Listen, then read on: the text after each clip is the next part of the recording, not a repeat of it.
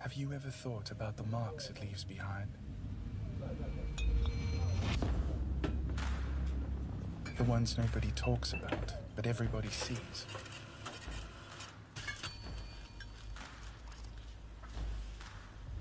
Behind the laughter, the conversations, the clinking of glasses, lies something dangerous.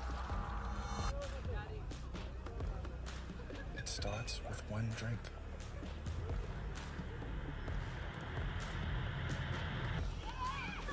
Stretching far beyond individual lives.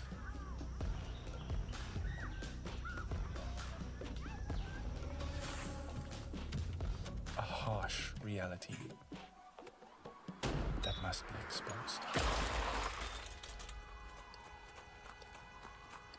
It's time we face the facts.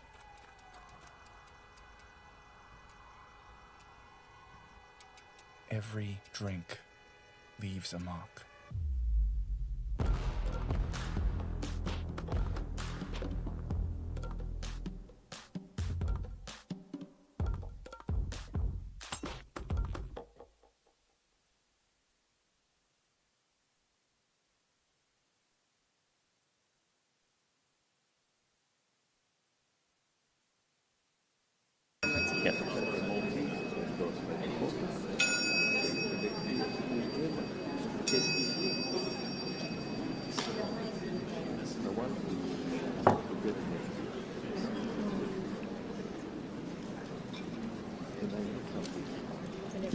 Okay.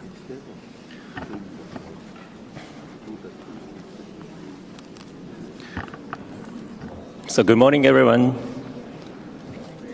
Our chairperson, the Honorable Ratu Antonio Rabithi of Fiji, has to attend to important matters. So I have the privilege to take over, and I will do my best to ensure efficiency in the conduct of the proceedings. Please rest assured that I will not sing karaoke in this room.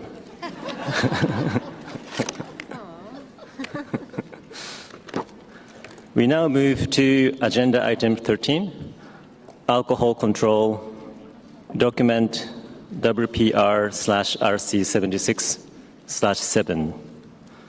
May I invite the regional director to introduce this item, please? Thank you, Chair. Distinguished representatives, I am pleased to present for your consideration document WPR/RC76/7 on alcohol control. Alcohol use remains a major health and development challenge in the Western Pacific region, causing nearly 500,000 deaths each year and disproportionately harming young people and vulnerable communities. Despite a decline in consumption during COVID-19, forecasts indicate a rebound to pre-pandemic levels without stronger regulatory action. The WHO Global Alcohol Action Plan 2022-2030 was adopted by the World Health Assembly in May 2022. But implementation of its evidence-based policies and interventions is uneven, and industry interference remains a major barrier. Stronger regional action is urgently needed to prevent and reduce alcohol harm and achieve the global target of a 20% reduction in per capita consumption by 2030 compared to 2010 levels. Alcohol use caused more than 485,000 deaths in the Western Pacific region in 2019. Nearly 1 in 5 deaths among men aged 20 to 29 was linked to alcohol consumption. Alcohol contributes to more than 200 diseases and conditions, from cancers and cardiovascular diseases to injuries and infectious diseases. Alcohol-related harm imposes a heavy toll on societies through health, social, and productivity losses. The harm falls disproportionately on youth, women, indigenous people, and economically disadvantaged groups, which deepens inequities. In response to challenges represented by alcohol consumption, the Secretariat has consulted with Member States and other stakeholders to develop the draft accelerating implementation of the WHO Global Alcohol Action Plan 2022-2030 in the Western Pacific region. The regional implementation plan highlights alcohol consumption trends and related harms and calls for accelerated action to address them, with flexibility to accommodate countries at all stages of policy development and implementation. The plan also suggests ways to integrate alcohol control into the broader health and development agenda, including universal health coverage and non-communicable disease prevention and control. The plan also urges Member States to fully implement the high-impact, cost-effective policy options included in the WHO Safer Technical Package. They include reduced affordability through stronger excise taxation, restrict availability via licensing, sales control, and age enforcement, comprehensively restrict alcohol marketing, strengthen drink driving laws and enforcement, expand screening, brief intervention, and access to treatment for alcohol use disorders. In addition, Member States are called upon to raise public awareness of alcohol harms and the benefits of effective, evidence-based policies. The Regional Committee is invited to consider for endorsement the draft accelerating implementation of the WHO Global Alcohol Action Plan 2022-2030 in the Western Pacific. Thank you, Chair. Thank you, Dr. Piukala. I understand the Secretariat has prepared a video on this item. Please play the video.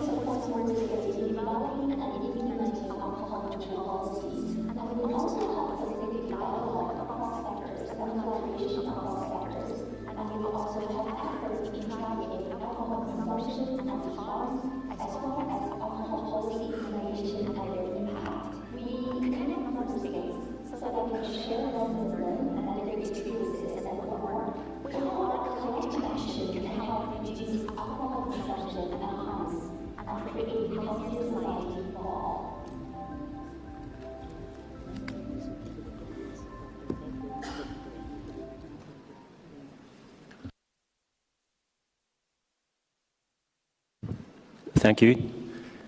We will now hear from representatives who wish to speak on this item. Please indicate your wish to speak by clicking the big button on your microphone, please.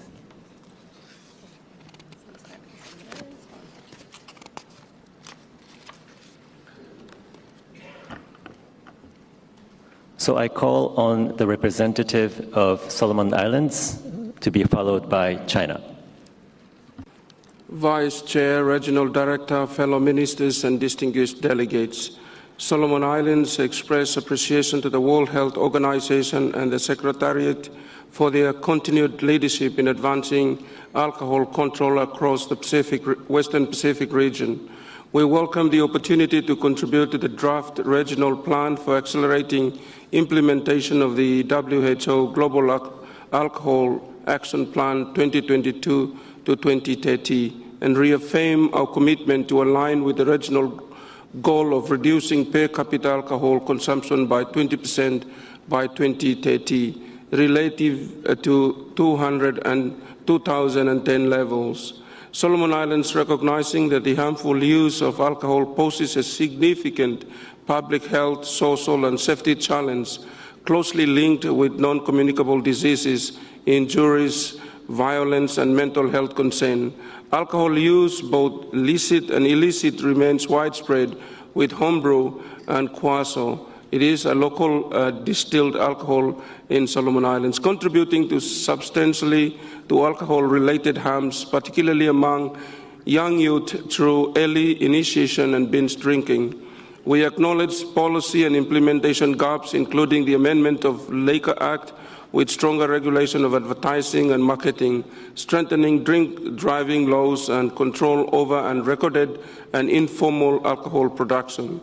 Geographic barriers and limited human resources and capacity further constrain effective regulation and enforcement, particularly in rural and remote areas. In response, Solomon Islands commits to the following priority actions.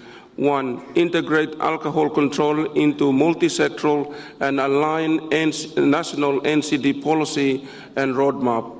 Strengthen legislation to include minimum legal drinking age, marketing restriction, healthy warnings, controls on sales hours, licensing, and increased tax on alcohol. Balance enforcement of drinking laws through lower BAC limits, roadside testing, and stronger sanctions. 4th, strengthen enforcement capacity among police, customs, and regulatory authorities. Address unrecorded alcohol through community-based strategies, education, and monitoring. 6th, implement public awareness campaign targeting youth violence prevention and community health.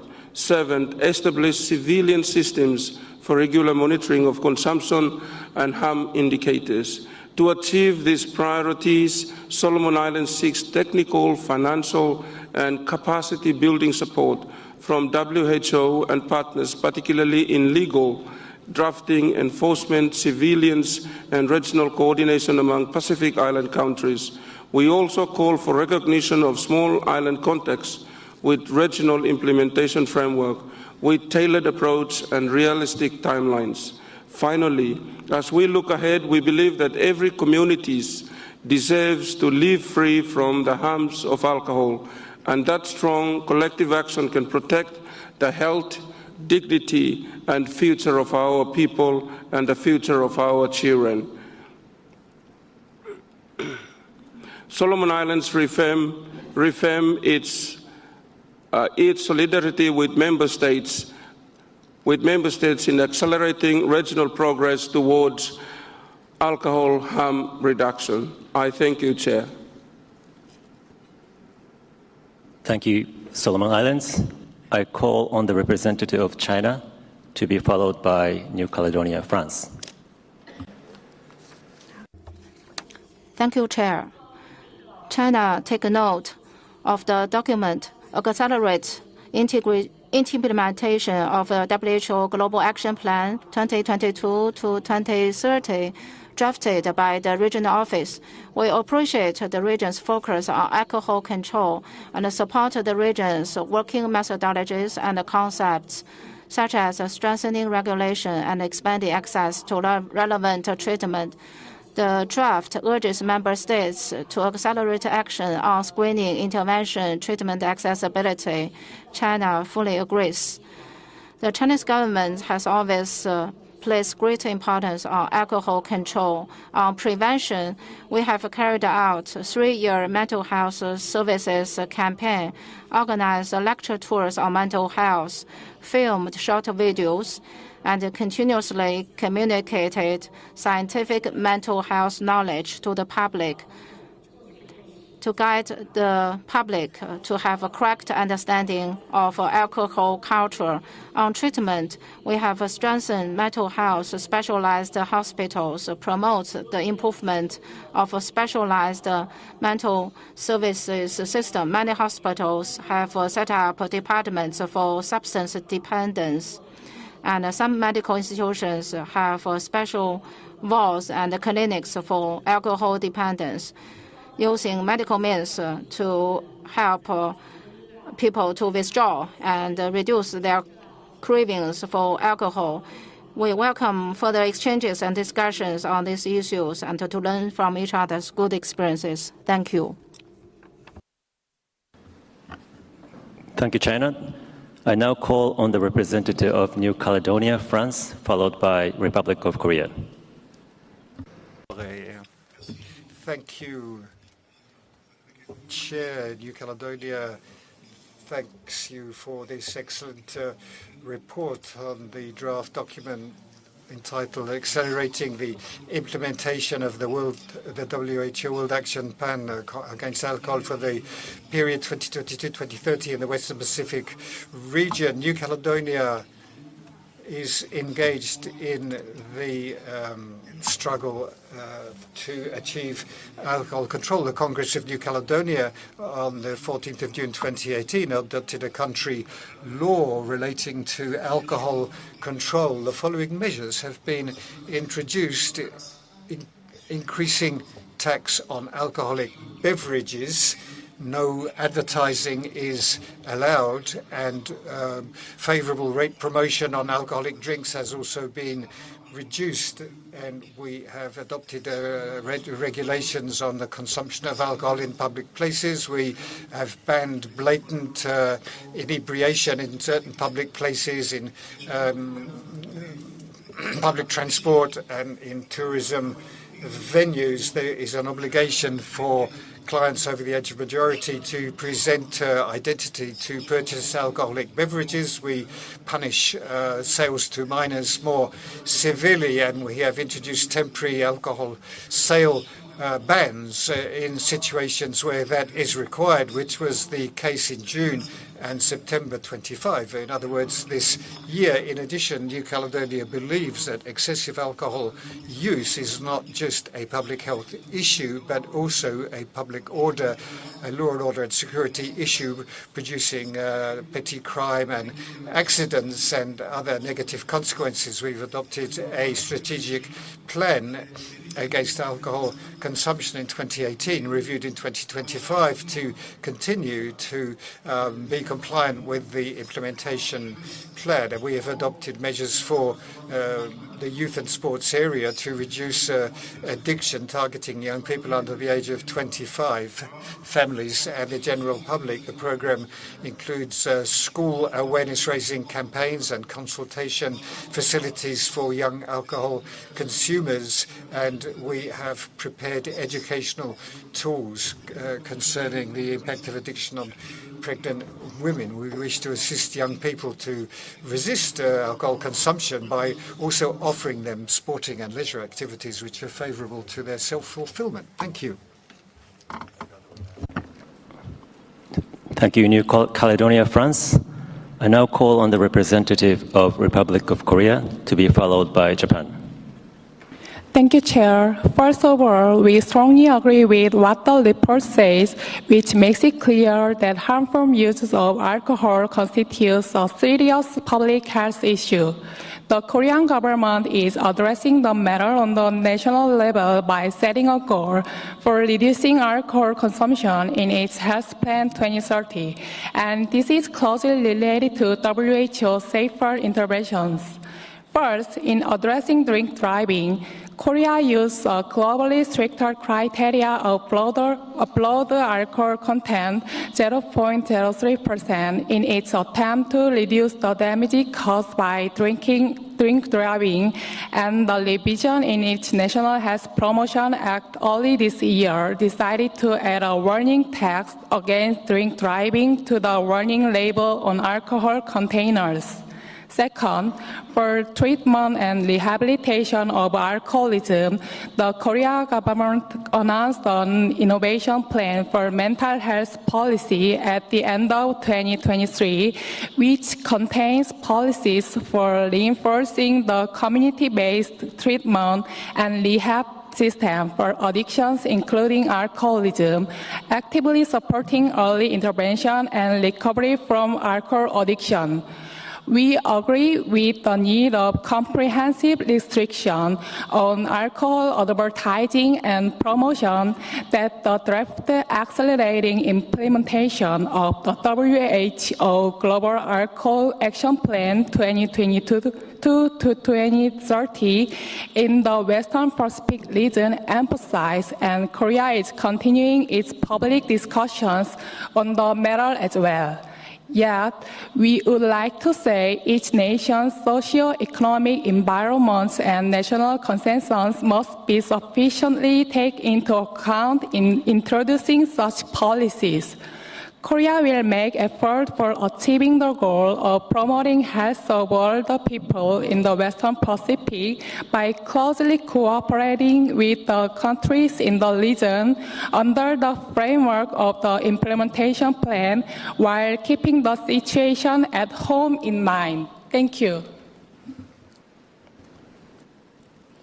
Thank you, Republic of Korea. I now call on the representative of Japan to be followed by Vietnam. Thank you, Chair. We appreciate this action plan, which will further promote effective actions on alcohol-related issues in the Western Pacific region. In Japan, we formulated the basic plan for promotion of measures to prevent alcohol-related harm in March 2021. Under this plan, relevant ministries coordinate through the National Council on Alcohol-Related Harm and work closely with related organizations. This multi-stakeholder approach has produced positive results. We would like to emphasize that such inclusive collaboration is essential to advance alcohol control measures. Furthermore, under our comprehensive health promotion strategy called Health Japan 21st, which revised in 2024, we are working on reducing the proportion of those who drink alcohol at levels that increase the risk of NCDs. At the same time, we believe that effective alcohol control should be in line with the WHO Global Alcohol Action Plan 2022-30, while also considering the different lifestyles, health systems, and legal frameworks of each country. Therefore, we kindly request that WIPLO and WHO country offices provide tailored support for member states so that each member state can implement effective actions in accordance with national context.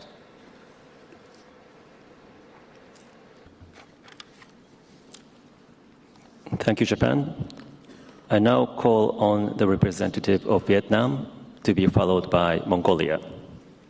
Thank you, Chair. The Ministry of Health has no objection on the draft accelerating implementation of the WHO Global Alcohol Action Plans 2020 to 2030 in the Western Pacific region and agree with the recommendation action. It is in line with the policies of Vietnamese states in the coming time. We would like to share the situation of preventing and combating the harmful effects of alcohol in Vietnam, then suggest the drafts. In Vietnam, the alcohol consumption has been a high risk for people health. It is estimated that 64% of adult men consume alcohol and 29% engage in heavy episodic drinking.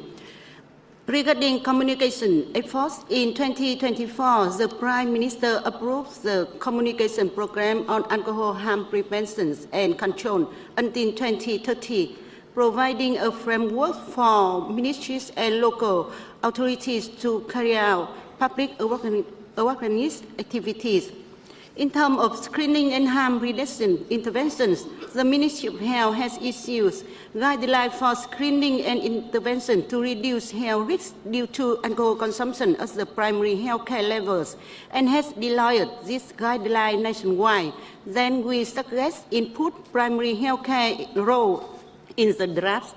In the coming times, the Ministry of Health will continue to coordinate with relevant ministry and sector to develop a set of communication messages to sample communication material and to organize a communication lunch ceremony on the prevention and control of alcohol-related harm. The aim is to promote widespread dissemination, ensure consistency and effectiveness in communication activity and align them with the policy orientation on alcohol harm prevention and control. And Vietnam acknowledges the support of WHO in providing effective technical assistance to implementing activity to prevent and control of for the harmful effect of alcohol.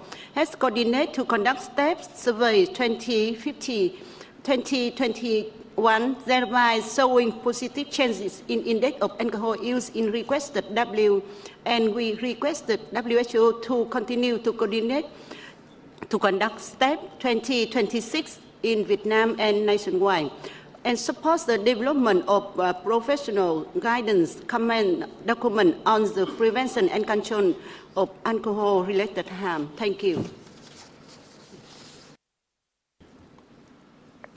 Thank you, Vietnam. I now call on the representative of Mongolia to be followed by Cambodia.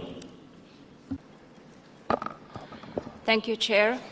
Mongolia aligns itself with the regional vision, Vivian Health for families, communities, and societies, and welcomes the draft document accelerating implementation of the WHO Global Action Plan 2022-2030 in the Western Pacific region. Under the initiative and leadership of His Excellency Mr. Okhnagiin Khurelsukh, the President of Mongolia, our country has taken decisive policy actions to address alcohol-related harm as part of our broader NCD prevention agenda. In April 2022, the President issued a decree directing the government to take comprehensive measures to reduce the health, social, and economic burdens of harmful alcohol use. In response, the Parliament adopted two major laws that came into force on January 1, 2023.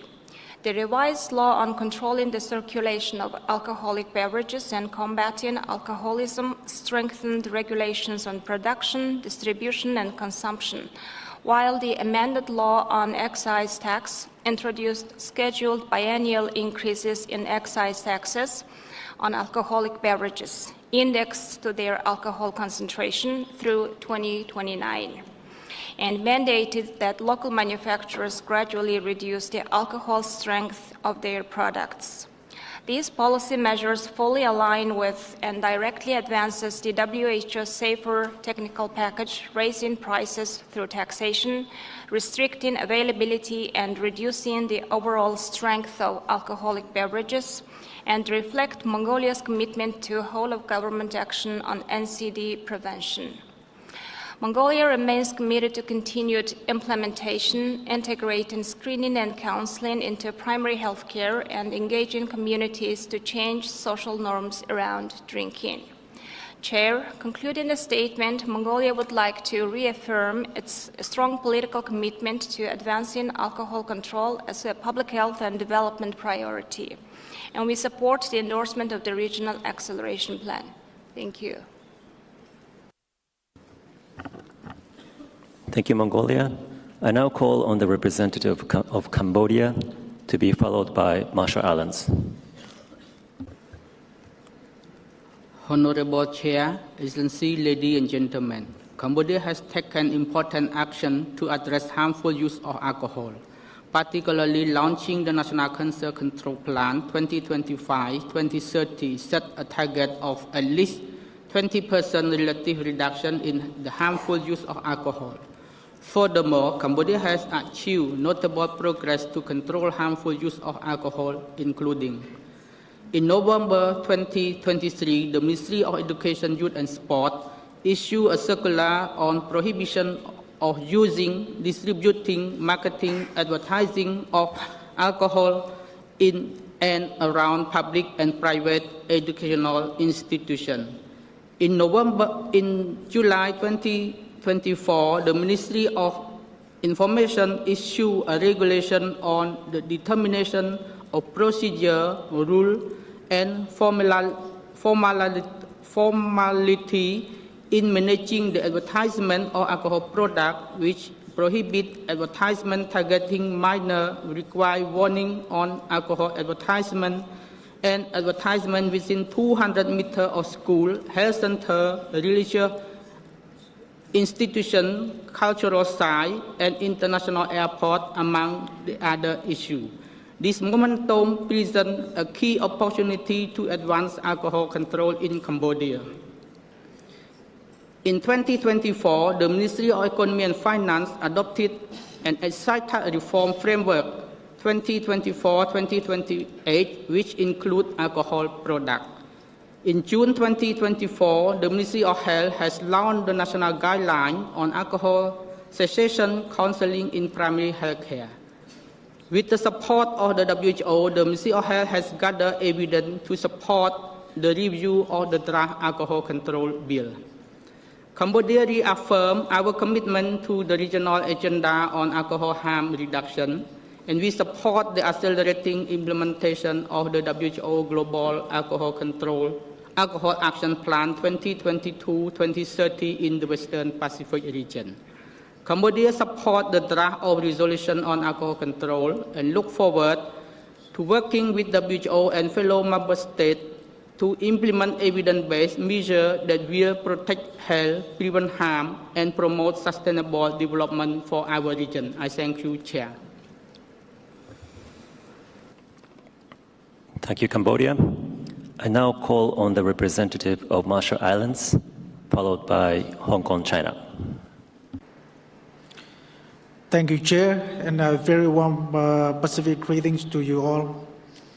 Alcohol-related harms continue to be a significant public health and development challenge in the Western Pacific region. The evidence is clear. Alcohol contributes to premature mortality, injuries, violence, and health inequities, particularly among the youth, women, and marginalized populations. In the Marshall Islands, as in many of our neighboring countries, alcohol consumption continues to have devastating social and health impacts, undermining families, communities, and broader societal well-being. According to the 2023 RMI IPRID survey, over 21% of adults reported alcohol use in the past 30 days, with 17.2% engaging in binge drinking during the same period.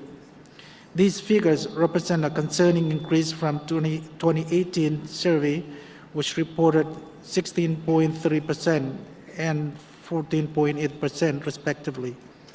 This upward trend underscores the urgent need for effective alcohol control measures to address the growing burden of alcohol-related harm. We welcome the draft regional plan for accelerating implementation of the WHO Global Alcohol Action Plan 2022 to 2030. It provides a structured and flexible roadmap for member states to integrate alcohol control into broader health and development agendas, including universal health coverage and non-communicable disease prevention effort. The emphasis on the safer technical package and the acceleration projects offers practical pathways for embedding alcohol control policy into health system, physical policy, and community-based interventions. As a small nation, the Marshall Islands faces unique challenges, including the aggressive marketing of alcohol, its affordability, and limited enforcement capacity. Addressing these issues requires strong leadership, whole-of-government coordination, and protection from industry interference to ensure the reforms are equitable, effective, and sustainable. The Marshall Islands stand ready to accelerate implementation of these strategies in alignment with our national health priorities.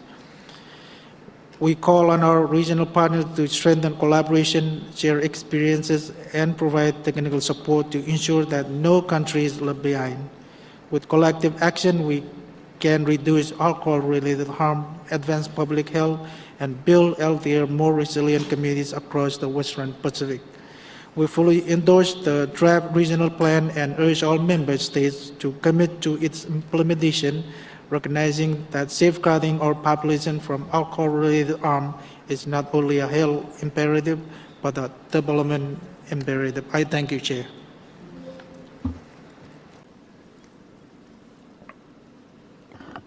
Thank you, Marshall Islands. I now call on the representative of Hong Kong, China, to be followed by Philippines. Thank you, Chair. Hong Kong, China would like to express our appreciation to the W.H.O and W.H.O for its outstanding leadership in guiding member states to accelerate and scale up alcohol control actions. We are pleased to endorse the draft accelerating implementation of the W.H.O Global Alcohol Action Plan 2022-2030 in the Western Pacific region. Noting that in the post-pandemic economic environment, where sectors like hospitality, tourism, and local food and beverages industries and so forth are still recovering in many places, this indeed poses enormous challenges to alcohol control policies in the name of economic recovery. Nonetheless, Hong Kong, China accords high priority on reducing the harmful use of alcohol as a key pillar of non-communicable diseases prevention and control. In terms of legislation and policy, we have imposed a statutory regulatory regime to prohibit the commercial sale and supply of intoxicating liquor to minors. And we also impose heavy penalty for drink driving. We also developed a 7-year strategy and action plan on NCD prevention and control that comprise practical alcohol control targets. Alcohol use and consumption have been incorporated in our NCD surveillance. Within the primary care setting, we enhanced capacity building and support all the primary care professionals to conduct alcohol screening and impose brief interventions to clients in need. Over the years, Hong Kong, China has been committed to educating our children on alcohol-related harms through traditional and new channels, including social media, and we collaborated with youth leaders to empower them in making the right choices. We will continue our work and spare no effort in changing the social norm of alcohol-free and in supporting the youth in adopting an alcohol-free lifestyle. Honorable Chair, as we face these common challenges, we are eager to draw on the W.H.O's guidance and experience from partners across the region. We stand ready to advocate effective measures to pave ways for stronger collective actions to reduce alcohol-related harm. And in this regard, we look forward to W.H.O's continued leadership and guidance.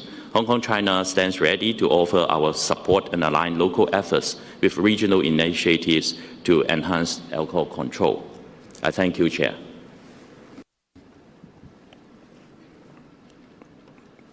Thank you, Hong Kong, China. I now call on the representative of Philippines to be followed by the Federated States of Micronesia. Thank you, Chair. The Philippines expresses its strong support for the draft accelerating implementation of the WHO Global Alcohol Action Plan 2022-2030 in the Western Pacific region and its integration into broader health and development agendas, including universal health coverage and non-communicable disease prevention and control. Alcohol remains a significant public health challenge.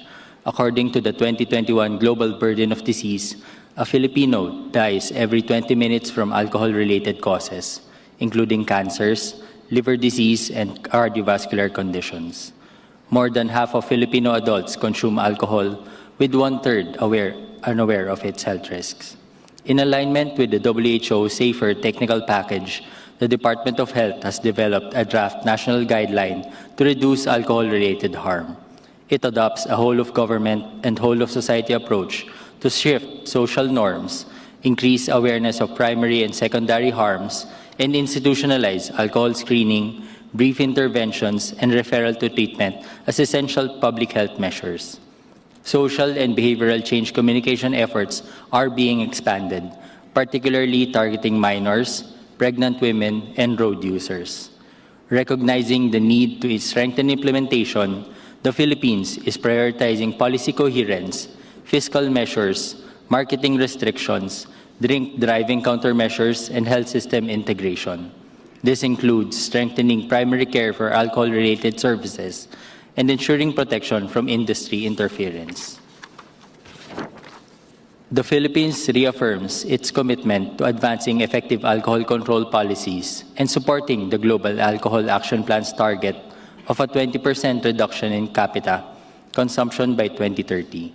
We underscore the importance of regional solidarity, peer learning, and technical cooperation to accelerate evidence-based action and safeguard public health. Thank you.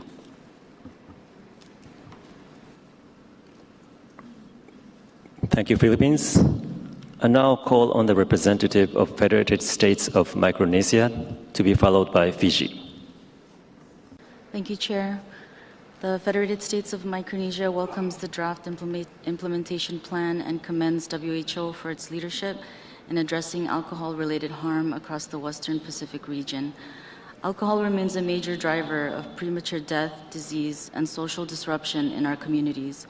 In FSM, we see its impacts across generations, from youth brain development and interpersonal violence to chronic disease and injury. We recognize the urgency of reducing alcohol-attributed harm and reaffirm our commitment to the WHO Global Alcohol Action Plan.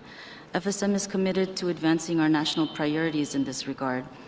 We aim to strengthen alcohol policy development and implementation, adapting global guidance to FSM's cultural, geographic, and governance realities, and reaffirming our commitment to enhancing our policies on national and state levels. We welcome WHO's support in building capacity for effective alcohol policy governance. We aim to facilitate multi-sectoral collaboration and community engagement, engaging sectors such as health, education, law enforcement, youth, and traditional leaders to promote public health-oriented policies, and highlighting the key role of civil society and community networks to reducing alcohol harm and promoting safe environments. We seek to enhance our data monitoring and surveillance systems and strengthening national evidence by integrating alcohol metrics into routine health information systems, thus ensuring we make best-informed decisions. We welcome WHO's technical assistance in this endeavor. And we aim to enhance our regional coordination and knowledge sharing as FSM values inter-country cooperation in the collection and dissemination of effective regulatory and legislative strategies. The FSM aligns these efforts with the broader goals under the Regional Action Framework for NCD Prevention and Control, with our national vision for resilient and healthy communities. We look forward to continued collaboration with WHO and member states to achieve the 20% reduction in per capita alcohol consumption by 2030. Thank you.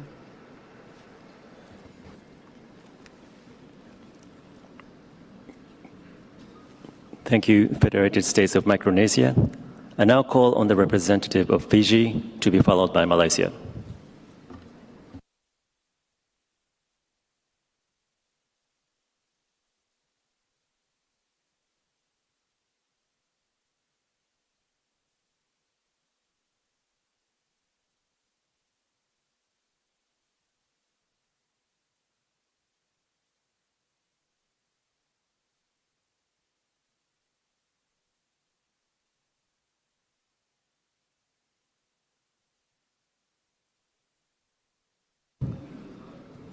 Fiji, the microphone seems not to be working, so can there be a technical support, please?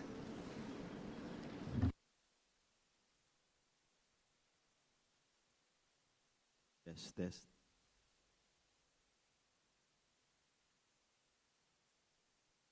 Thank you, Chair. Let me start again. Chair and distinguished delegates, Fiji commends the Secretariat for this draft action plan accelerating implementation of WHO Global Alcohol Action Plan 2022-2030 in the Western Pacific region. We are convinced that none of the members consumed alcohol last night in preparation for the discussion on this agenda item this morning.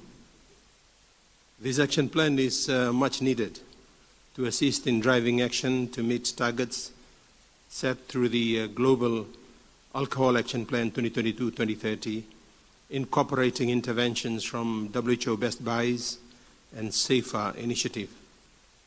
While remaining below the global average of 5 liters consumption per capita, alcohol consumption in Fiji is rising from 3.18 liters in 2017 to 3.45 liters in 2020.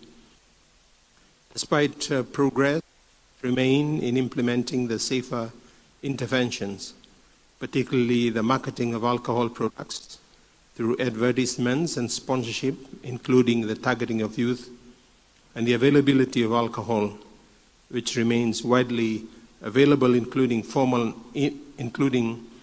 amongst informal outlets, and pricing policies do not yet reflect public health optimum levels. Improvement are also needed in screening, brief intervention and treatment in primary healthcare settings, comprehensive monitoring and surveillance, capacity and enforcement, and protecting policy making from vested interests. The direct and indirect health impacts of alcohol are clearly highlighted in the draft action before us. Fiji is committed to prevention through the reduction of consumption. Progress in these efforts have included licensing enforcement of Liquor Act in major urban centers, along with efforts to review informal supply chains, the prevention of drink driving operations in partnership with the Land Transport Authority of Fiji and the Fiji Police Force, targeting alcohol-related road traffic injuries, establishment of multi-sectoral coordination mechanisms, including health, education, policy and defense, transport, and law enforcement agencies, and the integration of alcohol education into school health programs and health promotion across communities. This regional action plan is a welcome addition to the tools we have at hand to reduce alcohol consumption in our region, and Fiji fully supports the draft recommendation. I thank you, Chair. Thank you, Fiji. Despite the technical challenge, I now call on the representative of Malaysia to be followed by New Zealand. Thank you, Mr. Chair. Malaysia recognizes that alcoholism is a significant health concern in the Western Pacific, contributing to premature death, particularly among men aged 15 to 49.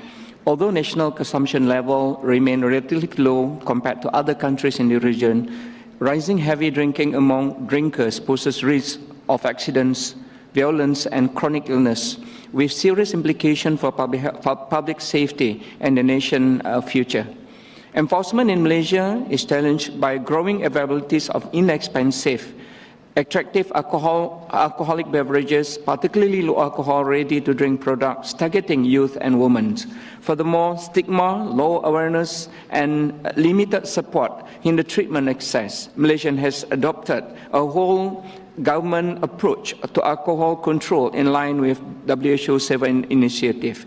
Key strategy include strengthening restrictions on availability through the Food Act 1983, which prohibits sales to individuals under 21. Advancing drink driving countermeasures, random breath tests, and penalty under the Road Transport Act 1987.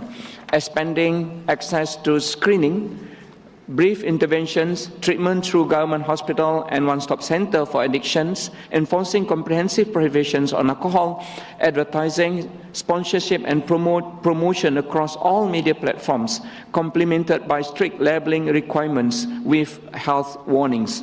To complement these regulatory and preventive measures, the government has implemented an increase in alcohol taxation to reduce alcohol-related harm and strengthen policies under the Excise Act 1976. In this regard, Malaysia supports the draft regional implementation plan for WHO Global Alcohol Action Plan 2022-2030, commends its evidence-based approach and remain committed to working with WHO and member states to reduce alcohol-related harm. Thank you, Mr. Chair. Thank you, Malaysia. I now call on the representative of New Zealand to be followed by Papua New Guinea. Tēnā koe, Chair, and tēnā koutou, distinguished colleagues. New Zealand strongly supports the direction of the Regional Implementation Plan to reduce alcohol-related harm. We welcome its practical emphasis on implementation, enforcement, equity and monitoring. We agree that real progress depends on fit-for-purpose national choices underpinned by robust data.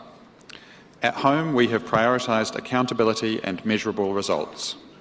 In 2024, we increased our targeted alcohol levy on alcohol products by almost 50% to $16.6 million per year, the first increase since 2009. This year, we have introduced an associated investment framework to help guide health sector initiatives funded through the levy. This framework ensures that levy funding is transparent, targeted and delivers value for money. We are finalising performance agreements with delivery agencies, setting clear outputs, milestones and transparent reporting. In addition, we are developing an impact measurement framework to track population attitudes and behaviours and will be publishing an annual report. Our current program supports a range of alcohol harm reduction initiatives, including access to treatment and support through screening, brief intervention and referral to treatment approaches, alongside specialist alcohol nurses and peer support models. A new action plan on fetal alcohol spectrum disorder, or FASD, which strengthens prevention efforts and improves diagnosis and support for individuals and families affected by FASD. We are investing in workforce development across health, education, justice and the social sectors to ensure these services can respond effectively. The plan will also provide better support for families living with FASD, including improved access to diagnosis. We are strengthening our impaired driving programs, which support repeat drink driving offenders, and are introducing a new pilot that combines alcohol interlocks as part of treatment programs. Finally, we are also commencing a review of our current low-risk drinking guidelines, which were last updated in 2011. This review will take account of new and up-to-date evidence of the harms of alcohol consumption, including at even low levels of consumption. We value the WHO Safer package as an important technical reference and will continue to consider its elements in line with our national priorities and evidence. We are particularly interested in collaborating with other member states on data systems and evaluation, and we would be pleased to share our levy governance, performance and monitoring tools. Ngā mihi nui. Thank you, Chair.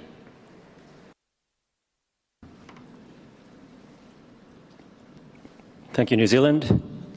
I now call on the representative of Papua New Guinea to be followed by Kiribati. Thank you, Chair.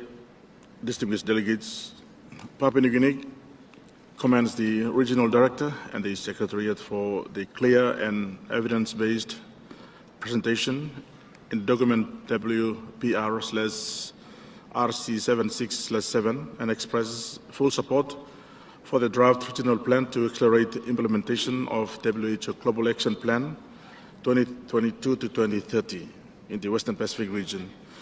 We acknowledge the serious burden alcohol places on health, families and communities across the region and welcome the plan's flexible, country-centered approach. At the national level, Papua New Guinea has moved decisively to integrate alcohol control strategies into our new public regulations currently in draft. This regulatory package impedes measures on availability, marketing, pricing, and community education, and it is designed to respond to the realities of our rural geography, informal alcohol production, and youth vulnerability. We believe a stronger legal and regulatory framework is essential to protect our communities and to reduce alcohol-related harm. We welcome the draft regional plans emphasize on multi-sectoral action, community engagement and monitoring, and we are eager to learn from Member States' practical experiences especially approaches to curbing unrecorded and informal alcohol production, enforcing marketing restrictions, scaling community prevention programs. Papua New Guinea seeks to deepen partnership with WHO and fellow members for technical assistance, capacity building, and shared evaluation frameworks that are adaptable to Pacific context. In solidarity, in the region, Papua New Guinea endorses the draft plan and pledges to accelerate domestic implementation, strengthen enforcement of our forthcoming public health regulations, actively contribute to the Pacific perspective in regional dialogue learning. Thank you, Chair.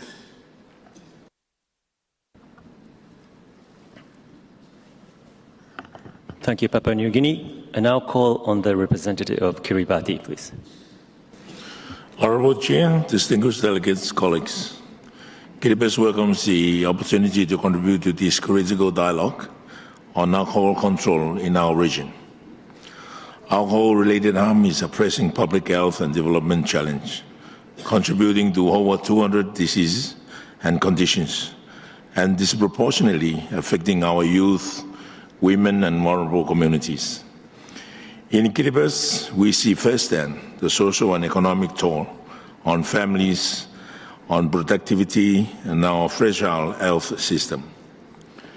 We commend WHO for the Global Alcohol Action Plan 2022 to 2030 and fully endorse the draft regional implementation framework.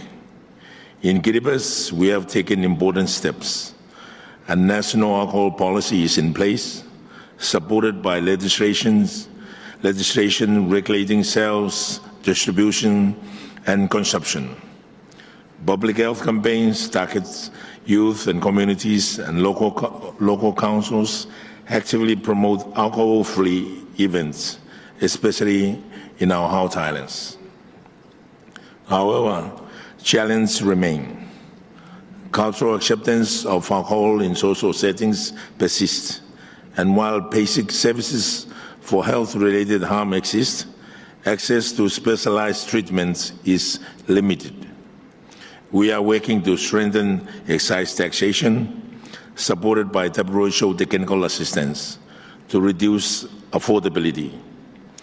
We are also enhancing licensing systems, enforcing minimum wage laws, and moving toward comprehensive restrictions on alcohol marketing.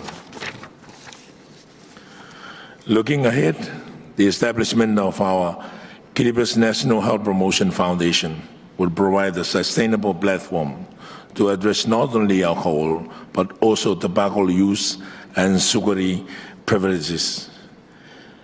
We call on continued regional solidarity and WHO support to ensure that our collective efforts leads to healthier, more equitable futures for all Pacific people. Kamrapa, thank you. Vinakabakalebu. Thank you, Kiribati.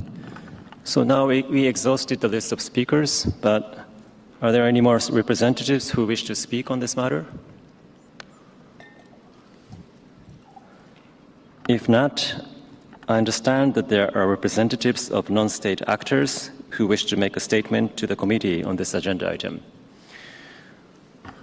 So it is my pleasure to ask the representative of the Vital Strategies to deliver a statement to the regional committee.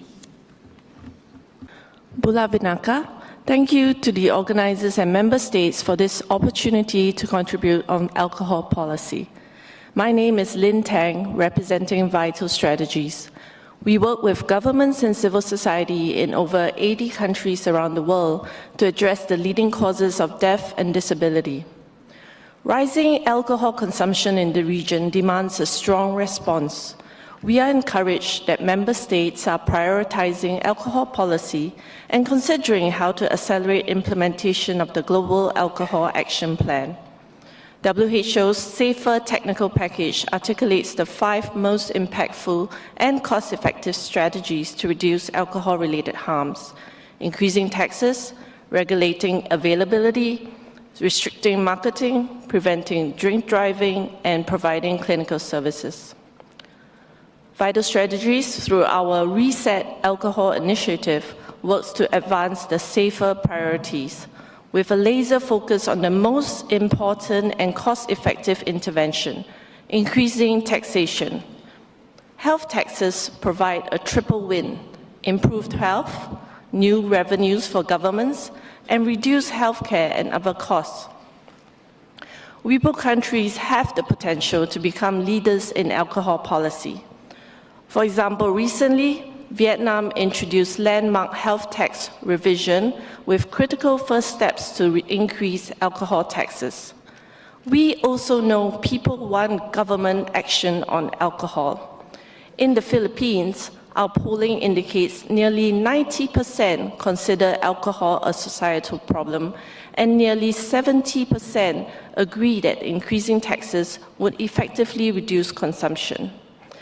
Our work shows that alcohol policy progress is possible with the commitment of health policymakers, finance officials, civil society, and technical agencies.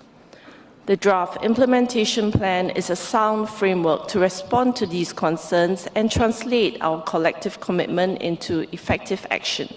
We invite you to call on our organization as a resource and partner. Thank you. Thank you very much. Now, I call on the representative of Movendi International to deliver the next statements to the Regional Committee, please. Vinaka and Bulla. We all want a Western Pacific region where every person can live a healthy, empowered life, free from preventable harm. But this vision remains out of reach because of alcohol harm. Every day, people across our region are harmed by the products and practices of alcohol companies. They experience injury, mental ill health, cancer, gender-based violence, loss of household income, and poverty. It's their lived experience that reveals the human cost of the scale of alcohol harm. People like Rachel, who lost her son Dylan to alcohol-related liver disease at 26 years old, and Kim, who has shared how alcohol is like adding kerosene to a fire when living with someone who uses violence. Both of these incredible women are now advocates for the very policies outlined in this plan. These alcohol harms don't happen by accident. They are a result of systems shaped by alcohol companies who push ultra-cheap products into communities across the region, exploit digital platforms for invasive alcohol marketing, and undermine public policy through lobbying and interference. That is why Movendi International welcomes this comprehensive and evidence-based plan. The plan aligns with the safer technical package and proposes the most impactful solutions: raising alcohol taxes, banning advertising, regulating online sales and home delivery. We especially commend the focus on equity and whole-of-government action. What we need now is full implementation. We urge all member states to act with urgency to reduce affordability, limit availability, centre children, Indigenous peoples and other vulnerable communities, and defend policy making from industry interference. This is a vital opportunity to prevent harm, save lives and fairness for all. Movendi International stands ready to support member states and WHO through advocacy, collaboration and solidarity with those most affected. Vinaka, and thank you. Thank you very much. May I now call on the Secretariat to respond to the points that have been made?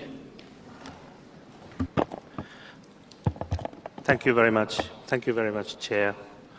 And I also thank to all member states for their thoughtful interventions and a strong commitment to strengthen alcohol control in our region.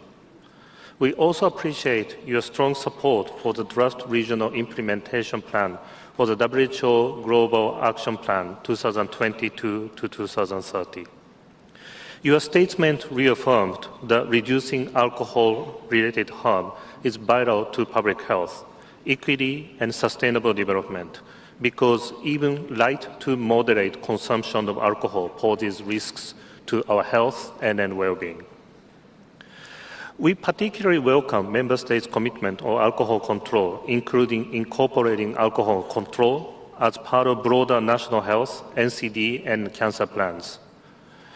Many Member States introduced their efforts to strengthen alcohol control, aligned with the WHO safer strategies. Hong Kong, China, Cambodia, Fiji, Kiribati, Japan, Republic of Korea, Malaysia, Mongolia, New Caledonia, New Zealand, Vietnam, and Philippines, and Solomon Islands recently strengthened their regulations. Those regulations include higher taxes, marketing restriction, limiting availability, including strengthening the minimum purchasing ages, enhancing licensing, restriction on public drinking, stricter drink driving countermeasures, and addressing unregulated alcohol production. Philippines specifically mentions the importance of preventing industry interference. We also acknowledge the Member States' effort to integrate alcohol prevention and treatment into mental care services, with countries such as Cambodia, China, Kiribati, Korea, Malaysia, Mongolia, New Zealand, Philippines, raising public awareness and strengthening specialized care. We also recognize that Member States are expanding its partnership to include multi-sector stakeholders, communications and public awareness campaigns, and community engagement, aimed to change social norms around alcohol use. Solomon Island is working with police and customs, and Hong Kong, China, and China, Kiribati, Fiji, FSM, New Caledonia, New Zealand mentioned they're working with schools and youth groups. And Marshall Island PNG emphasized the importance of community outreach.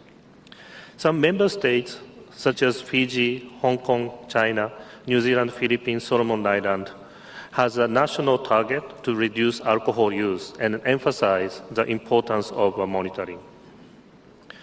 We at the same time recognize there are remaining challenges mentioned by member states, including commercial interference, low public awareness of alcohol's harm, social norms, and then gaps in monitoring and enforcement of the policies.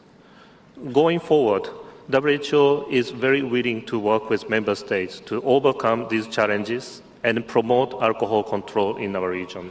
Specifically, we will work with you on implementing evidence-based intervention by providing legal and technical support, identify practical and tailored pathway to strengthen alcohol in each member state, including taxation, pricing, reducing availability, comprehensive restriction and marketing, and drink driving countermeasures, and expand access to screening and treatment. And we will build the sustainable system for enforcement, monitoring, and intersectoral collaboration. And last but not the least, that we will work with you to develop a partnership with the civil society organization, academia, and community leaders to raise awareness of alcohol harms and the benefit of alcohol policies and interventions. Lastly, together, we have built a strong foundation to ensure alcohol-related harm is no longer overlooked, enabling Western Pacific region to reduce consumption and its impact for healthier and more equitable future for all. Again, we thank member states once again for their leadership and commitment. Thank you very much.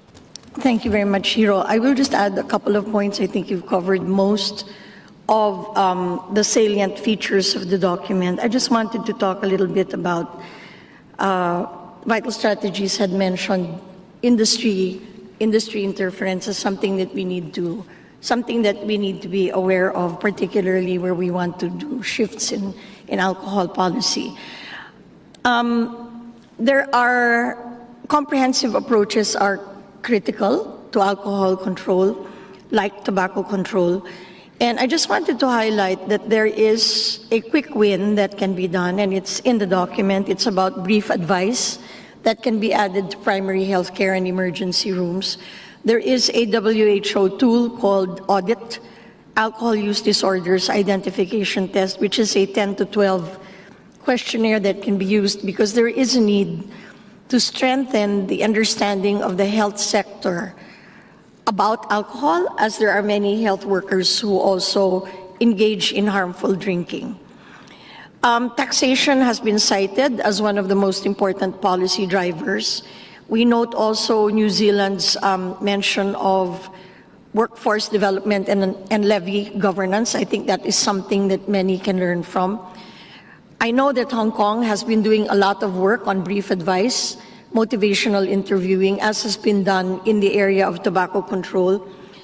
And one of the things we learned from Australia that it is very important to engage with sectors that can articulate how regulations protect youth from harmful alcohol. Once we start talking about adult alcohol use, it becomes very complicated. But I think in general, when we talk about protecting the youth, this is what should I say? It is a strategy that has worked in many, many places. And one thing that has been done, and I know that Wonka is here, is that we use pediatricians and family physicians to be advocates on the damage of alcohol to the development of the human brain. So there's a lot to learn from within the region, and we are so happy to hear of the positive support for the document and happy to continue to work as we move forward. Thank you. So thank you, Dr. Mercado and Dr. Okayasu, for your explanation. If there are no further comments, may I request the rapporteurs to draft an appropriate resolution, please. And this concludes our consideration of this agenda item. Thank you very much for your cooperation. Before we break for coffee break, thanks to your kind cooperation, I was told from the Secretariat that we are progressing very well with the program, and we may be ahead of schedule by the end of today. So I would like to advise you to some changes of a program to possibly expedite the agendas. So just to explain, after the coffee break, we will consider item 15.1 agenda for the 77th session of the Regional Committee. Following this, we will turn to 15.3, regional membership in the Executive Board, where the chair of the Informal Working Group, IWG, on EB seats allocation will provide us a progress report on the group's work. But please note, this will not address the issue of the one Executive Board seat becoming available in 2026. This is a separate issue. And this is being discussed separately through our caucus. So depending how we are going with time, we will then turn to 15.4 items recommended by the World Health Assembly and the Executive Board. And after lunch, we will move to 15.2, the work of WHO in countries as scheduled. And hopefully before the end of the day, we will turn to item 14.1, artificial intelligence in healthcare systems, that was supposed to be discussed tomorrow. So this may be a little bit complicated, but just to say that we will try to tweak the order of today, the agenda today, and depending on how it goes, we might introduce the agenda item which was planned for tomorrow, which is on AI. But other than that, we will keep our agenda as for today and just tweak the order a little bit. If it is a little bit too complicated, you can check with the secretary during the coffee break, and I could also assist in clarifying things. So with that, we are now taking a quick coffee break, and the plenary session will reconvene in 15 minutes at 10:30. So please come back at 10:30, please. Thank you very much.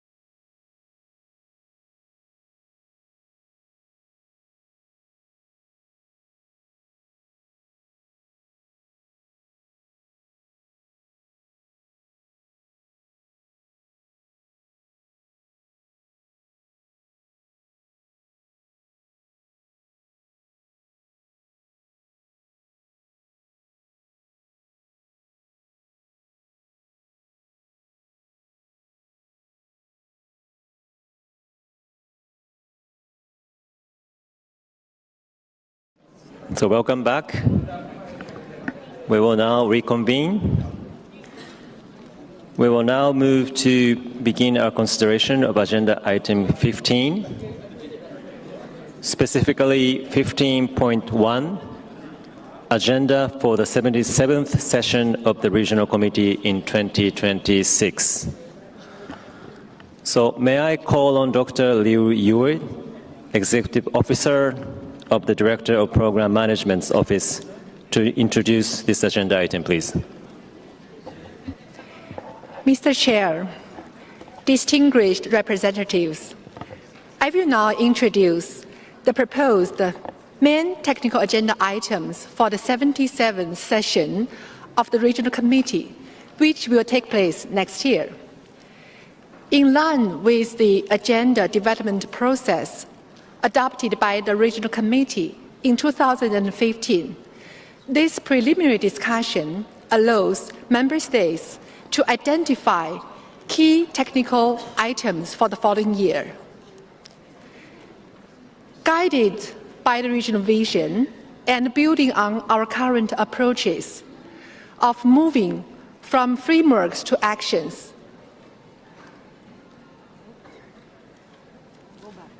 so may I have the back? Yes. So we have the current approaches of moving from frameworks to action, focusing on regional priorities, and adapting global guidance to regional context. The Secretariat proposes 3 technical agenda items. First, immunization. Despite decades of success, may I have next slide? Thank you. So the first proposed topic is immunization.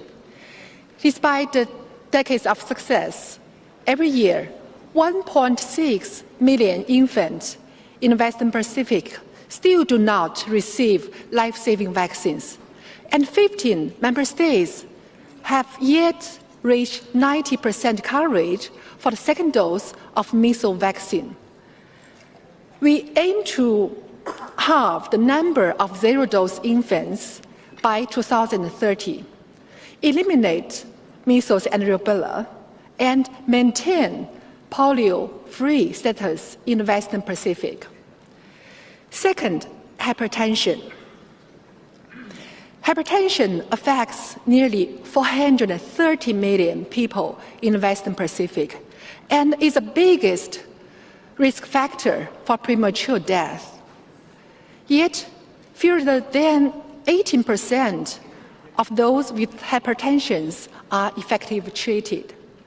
The regional goal is to increase the percentage of those effectively treated hypertension people to the 50% by 2030, following the 80-80-80 targets, which means 80% of those with hypertension are diagnosed, and 80% of those diagnosed with treatment, and 80% of those treated are under control.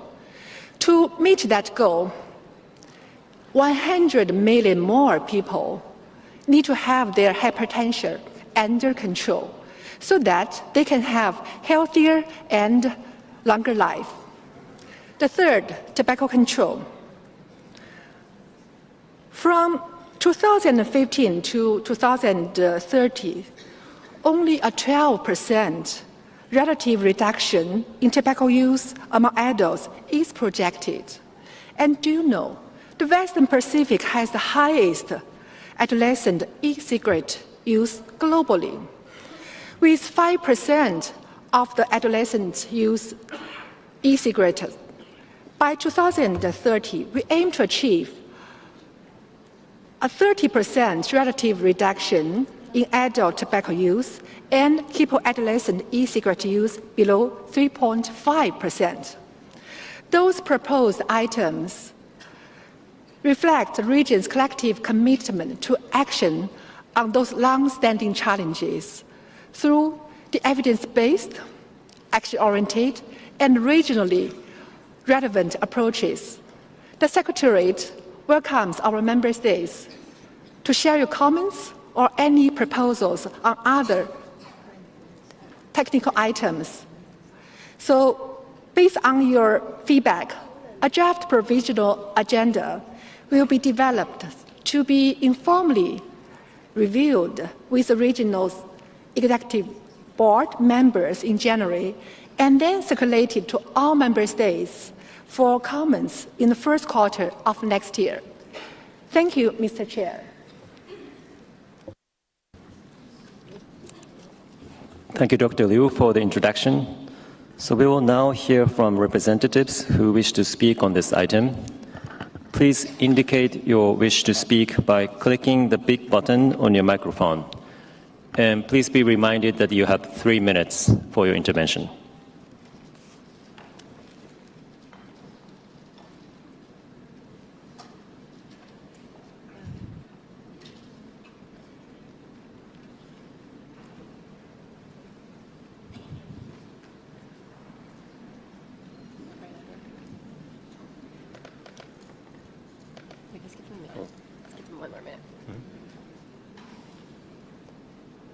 Maybe the presentation was clear enough.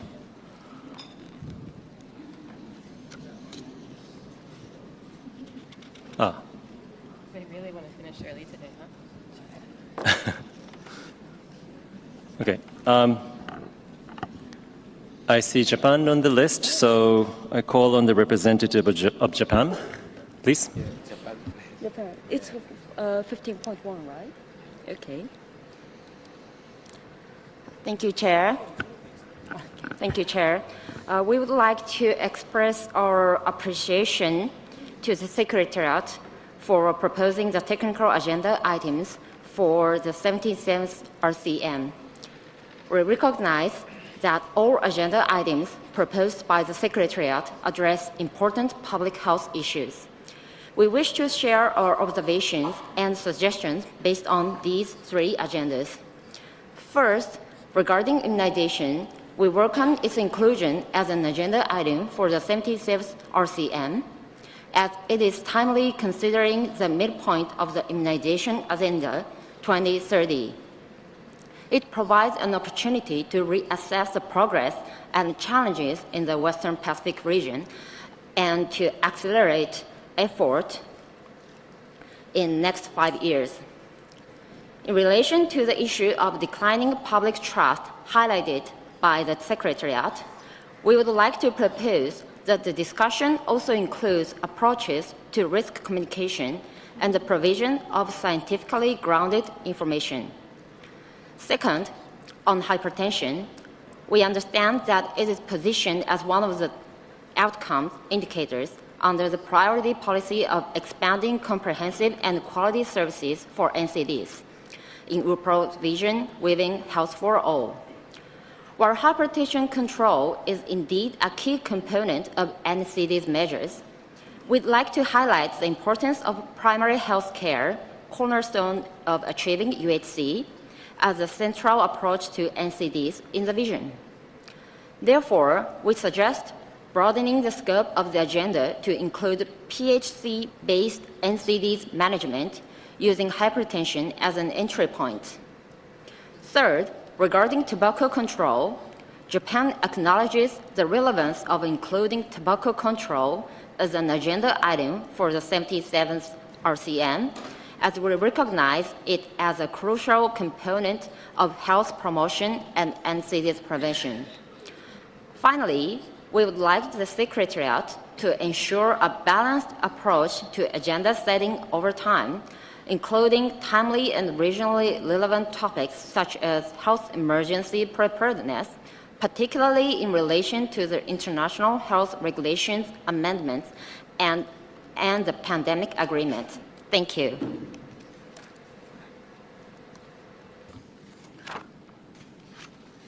Thank you, Japan, for the intervention. Are there any other representatives who wish to speak on this topic?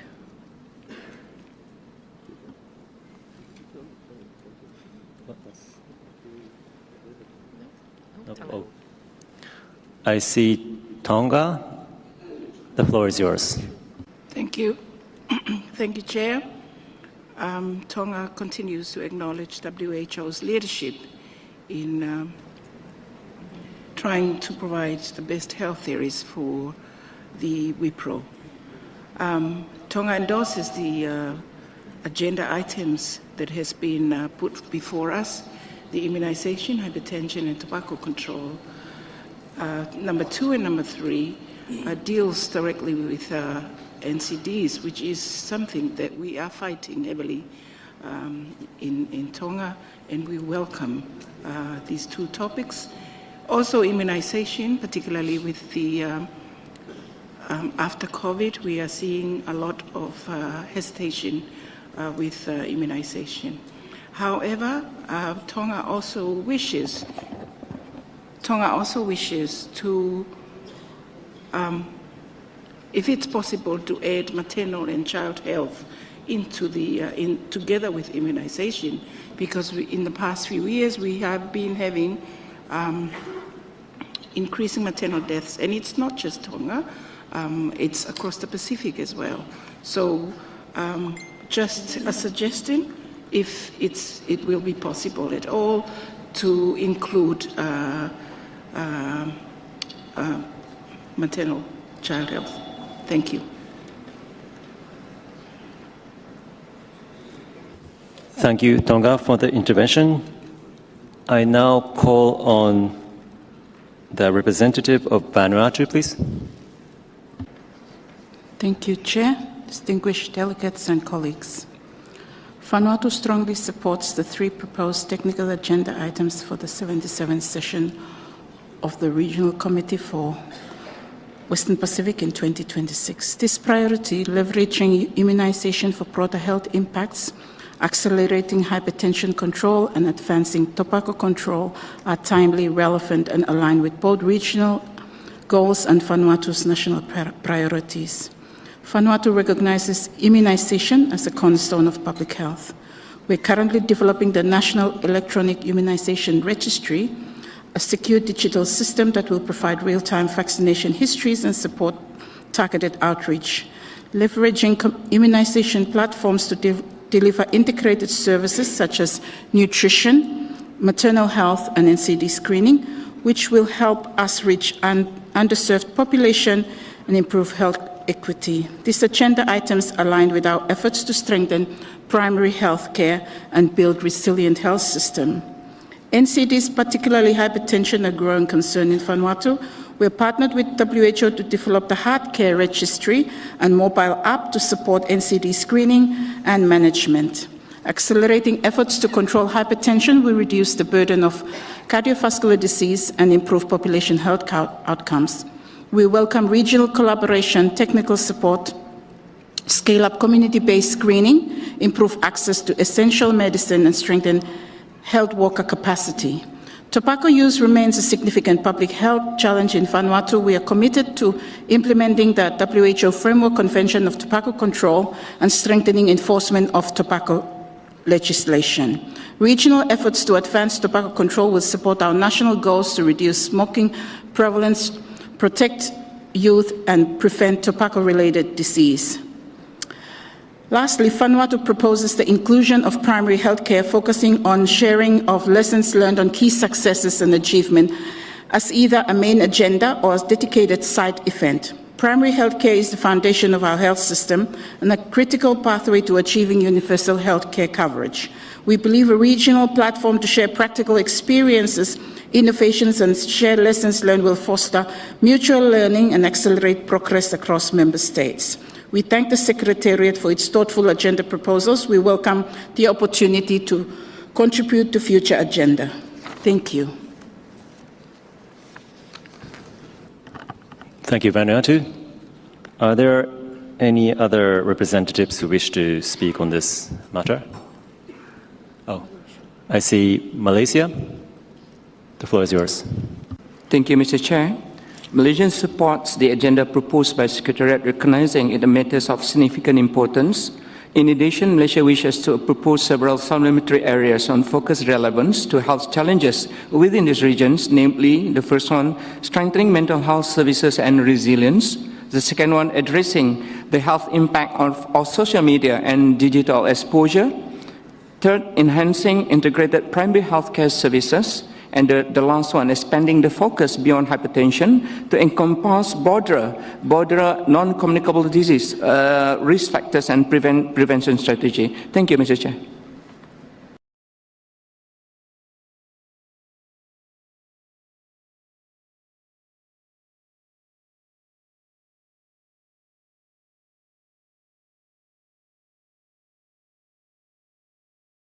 On the Secretariat to respond to the points that have been made, please. Thank you very much, Chair. And thank you to the member states for your response, your thoughts, and reflections on the main agenda items proposed for next year. We are also noting all of the other suggested topics, and we will meet today to see how we can group or cluster the items together if they're related. One of the innovations we introduced for this RCM is that we have main agenda items, but we also have technical discussions. And the technical discussions could be more specific or focused. But what we'll do now is we will review all of these suggestions.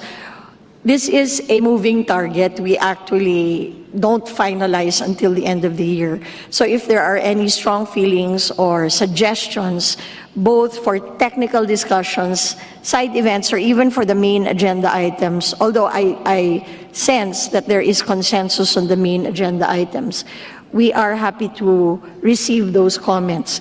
They're going to be sent to comments to you?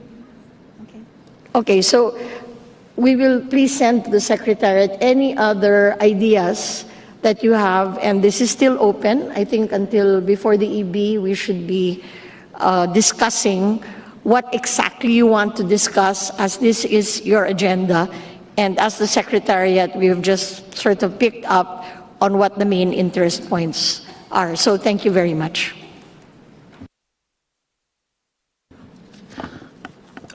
Thank you, Dr. Mercado. So if there are no further comments, the committee notes the comments and move on to the next agenda. So we will now move to begin our consideration of agenda item 15, specifically 15.3, regional membership in the executive board document WPR/RC76/9. May I call on Honorable Dr. Mohammad Issam Jafar, Minister of Brunei and Chair of the Informal Working Group on the Executive Board seats allocation, to give us an update, please.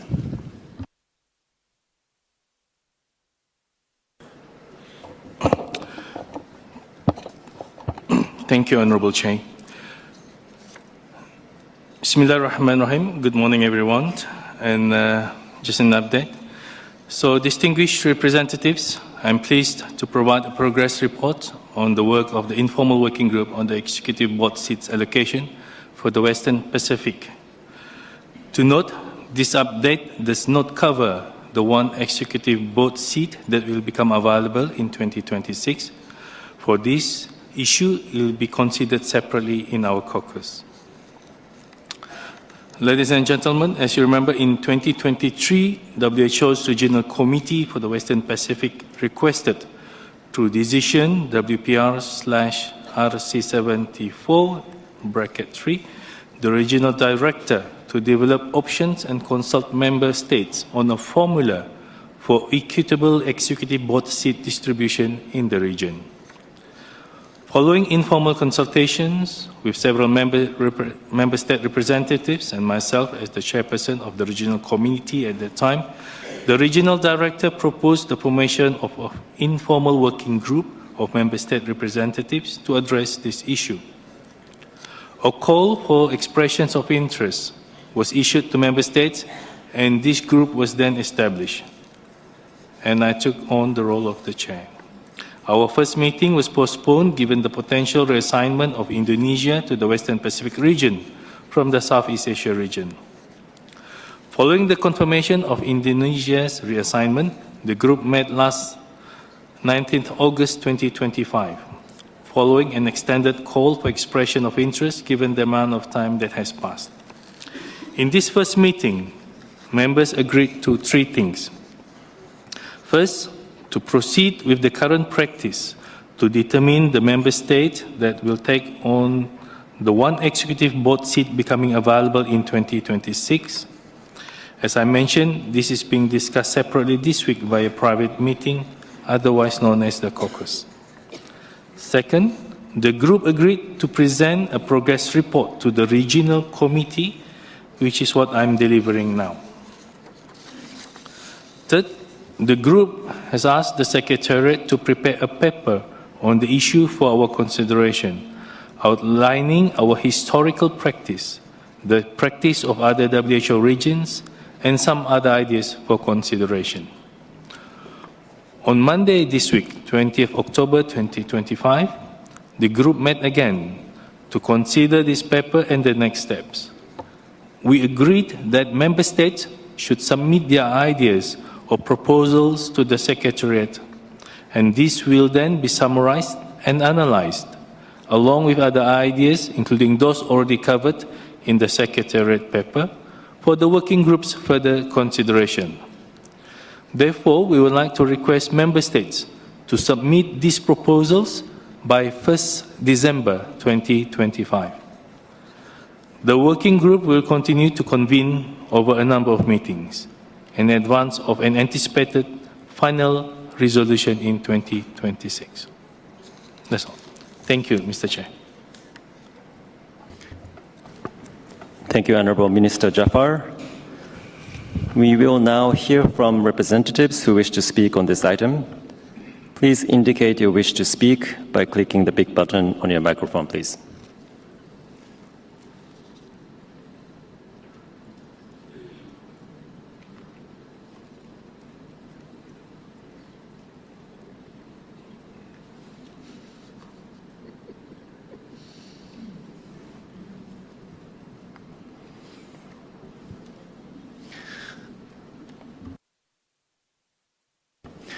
Okay, I now call on the representative of the Philippines to be followed by New Zealand, please.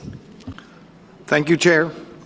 The Philippines thanks the Regional Director and the Chair of the Informal Working Group for their efforts to facilitate consultations on this important governance matter. Chair, the Executive Board is one of WHO's most vital governance bodies. It ensures that the voices of all member states, large and small, developed and developing, contribute meaningfully to shaping global health priorities. Article 24 of the WHO Constitution is clear.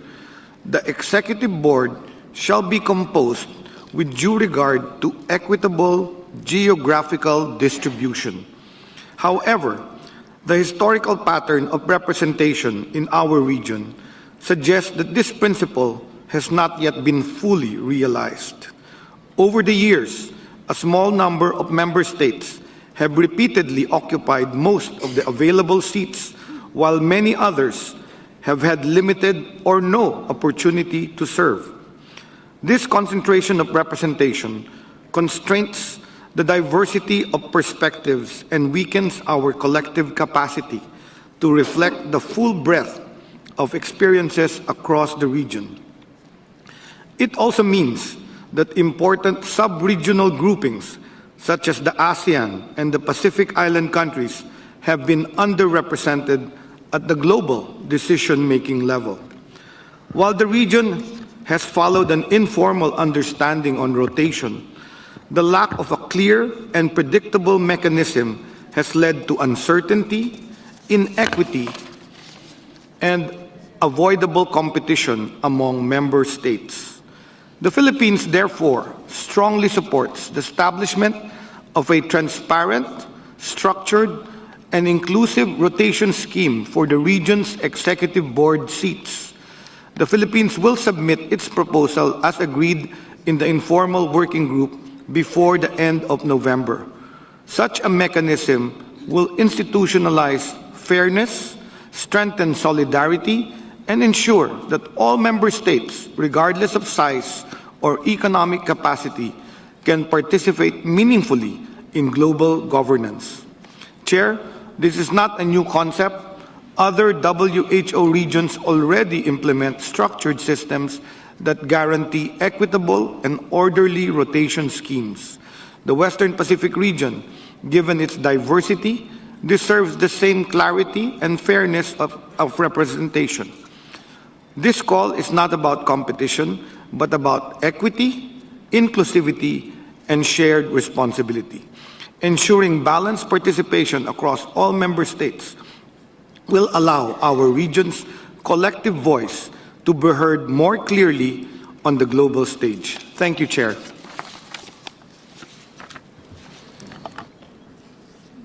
Thank you, Philippines.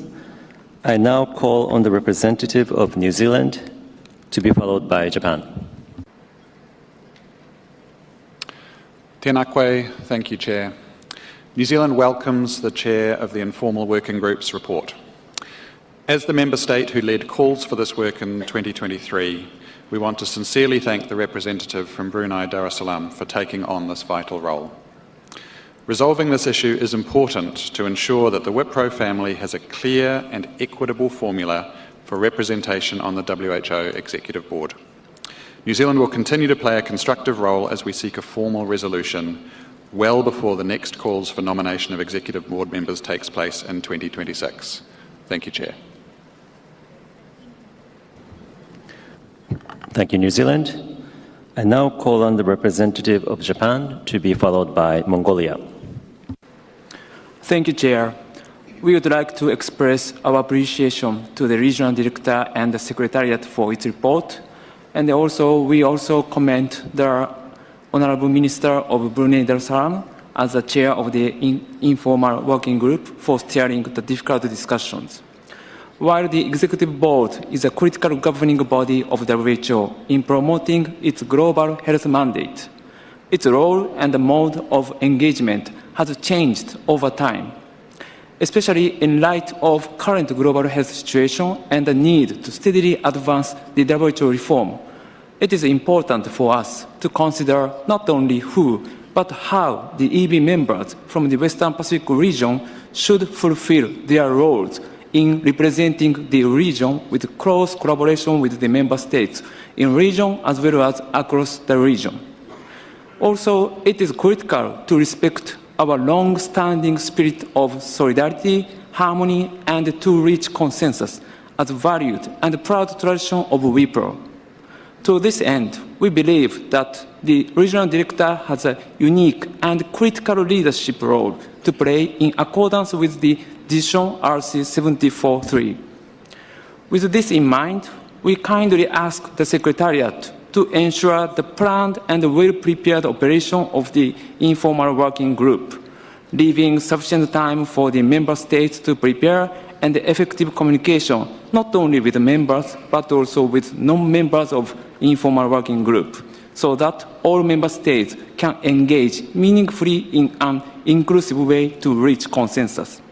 Japan will continue actively and constructively engage in and contribute to the discussions. I thank you, Chair. Thank you, Japan. I now call on the representative of Mongolia to be followed by China. Thank you, Chair. Mongolia appreciates the Secretariat's efforts to facilitate the discussion on the equitable distribution of Executive Board seats. However, we remain concerned that the current arrangements do not sufficiently address the long-standing imbalances in the representation within the Western Pacific region. Our region's strength lies in its diversity. It encompasses the world's largest and smallest nations, landlocked and island nation-states, and with a wide spectrum of health system capacities. Yet, this diversity is not adequately reflected in the composition of the Executive Board. Mongolia believes that fairness, transparency, and predictability must underpin the selection of Executive Board members. Chair. The inclusion of Indonesia in our region is a welcome development. With this reassignment, the Western Pacific region now represents approximately 2.2 billion people, that is nearly 1/4 of the global population, while continuing to hold only 5 seats on the WHO Executive Board. Considering this, Mongolia calls for a reconsideration of our region's overall allocation of seats. A strong case exists for the addition of a 6th seat, and we make this call fully aware of and undiscouraged by the lengthy process required to achieve such change. At the same time, we urge the fellow member states to submit proposals so that we could come up with an adoption of a structured rotational system to ensure that smaller and mid-sized member states are not excluded from serving within existing subgroups. Such reform would align the region's voice in global health decision-making with the population it represents and would further strengthen WHO's legitimacy as an organization founded on equity and solidarity. Thank you. Thank you, Mongolia. I now call on the representative of China, please. Thank you, Chair. China notes that the work being carried out by the informal working group on the allocation of seats on the executive board in the region and appreciates the efforts made by the regional director to promote the fair distribution of executive board seats. Thank you, member states, for your participation in previous discussions. China applies to serve as a member of the executive board. China is the largest assessed contributor to WHO, and during the 2025 World Health Assembly, it announced its support for the growth of WHO assessed contribution over the next 5 years, aiming to reach the target of assessed contribution constitute 50% of the core programmable budget by 2030. Currently, the WHO is facing a financial crisis, and ensuring the planned growth of assessed contribution is crucial. As a board member, China will play an active role in promoting the achievement of the goal. Currently, the WHO is under significant financial pressure and is undergoing reforms to reduce staff and funding its regional and country office. As the largest contributor to the WHO assessed budget, if successfully elected as a member of the WHO Executive Board, China will undoubtedly be better positioned to advocate more effectively to our region. And about Mongolia's representative's suggestion about adding 1 more seat to this region, we fully agree. Thank you all.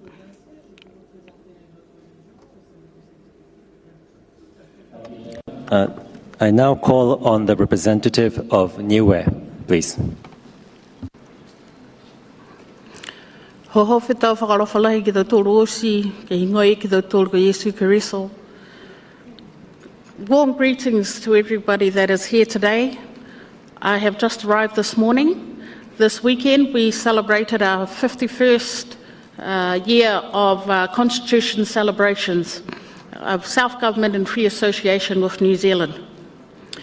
I must say that it is because of our Constitution celebrations that Niue has not been able to attend these forums. And as such, I would like to put to the floor to ask that members would please consider postponing this event to be at least 1 week after the 19th of October.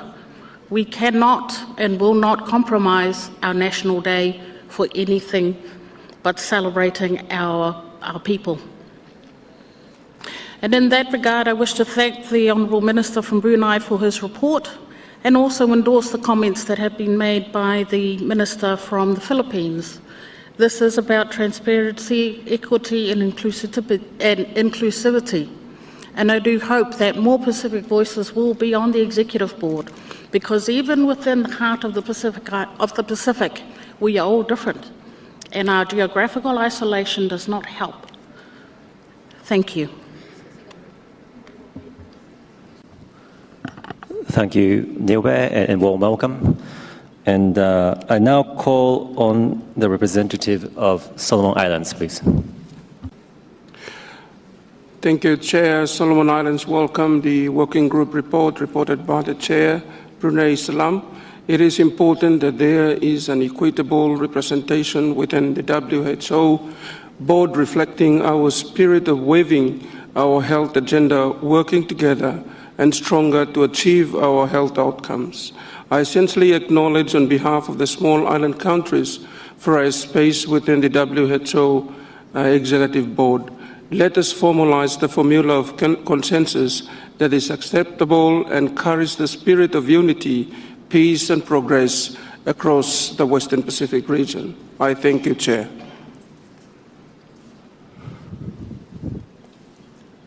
Thank you, Solomon Islands. Are there any other delegations wishing to speak on this item?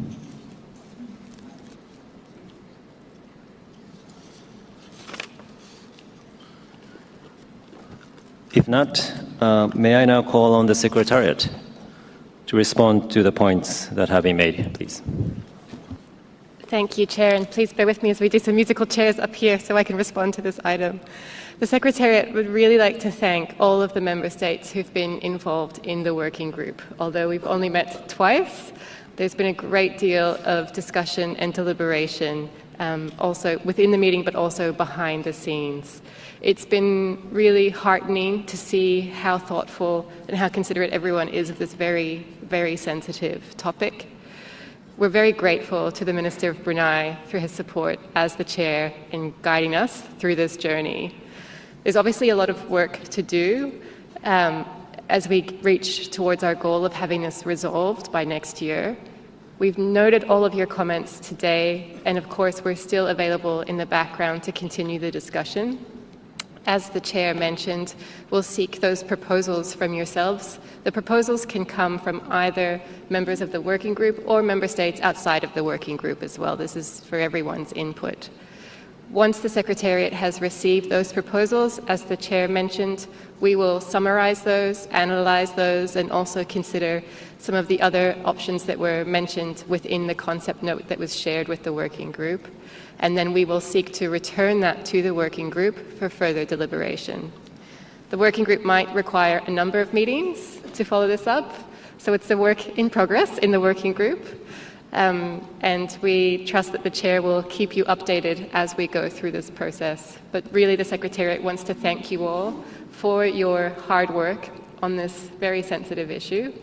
And I'm hopeful that we will get a resolution in time for next year. Thank you.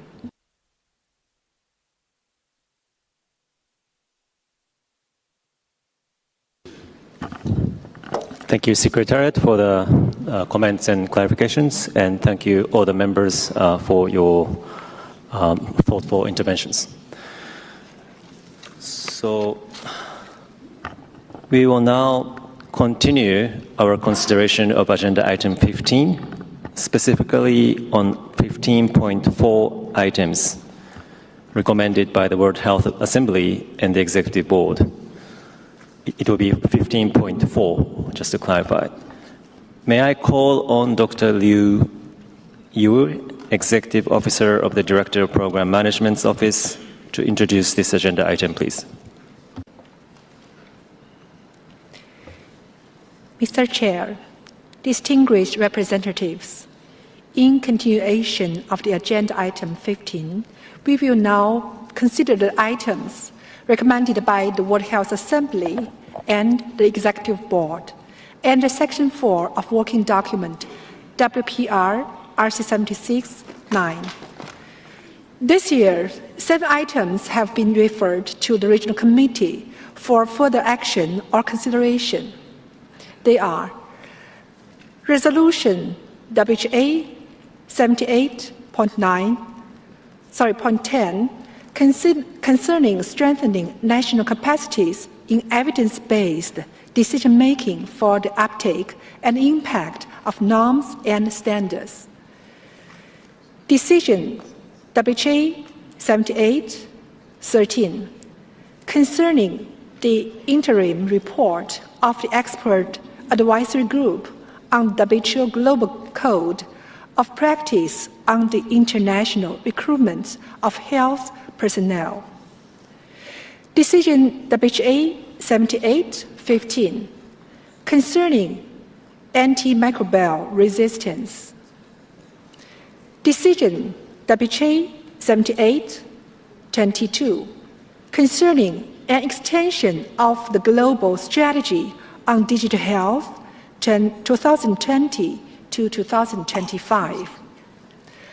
Resolution W.H.O 78.11 concerning rare diseases as a global health priority for equity and inclusion. Resolution W.H.O 78.15 concerning skin diseases as a global public health priority. And Resolution W.H.O 70.27 concerning galvanizing global support for lead-free future. Member States' representatives are asked to kindly direct their comments on these items to the corresponding global and regional focal points for each item. Focal points and their direct contact information are listed in the working document for this agenda item. Thank you, Mr. Chair.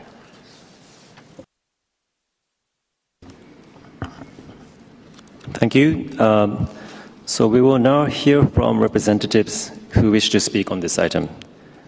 Please indicate your wish to speak by clicking the big button on your microphone.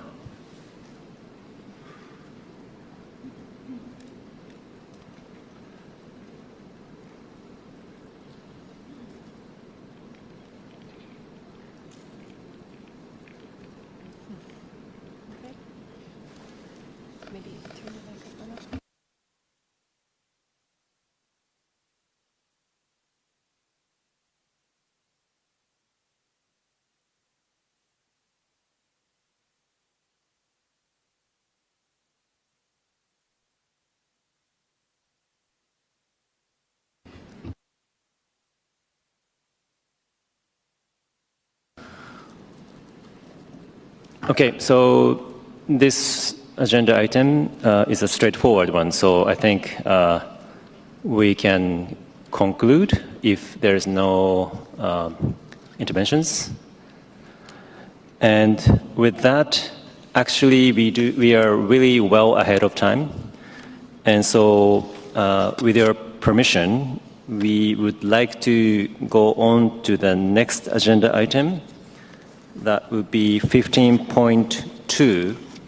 So this is a slight progress from earlier plan.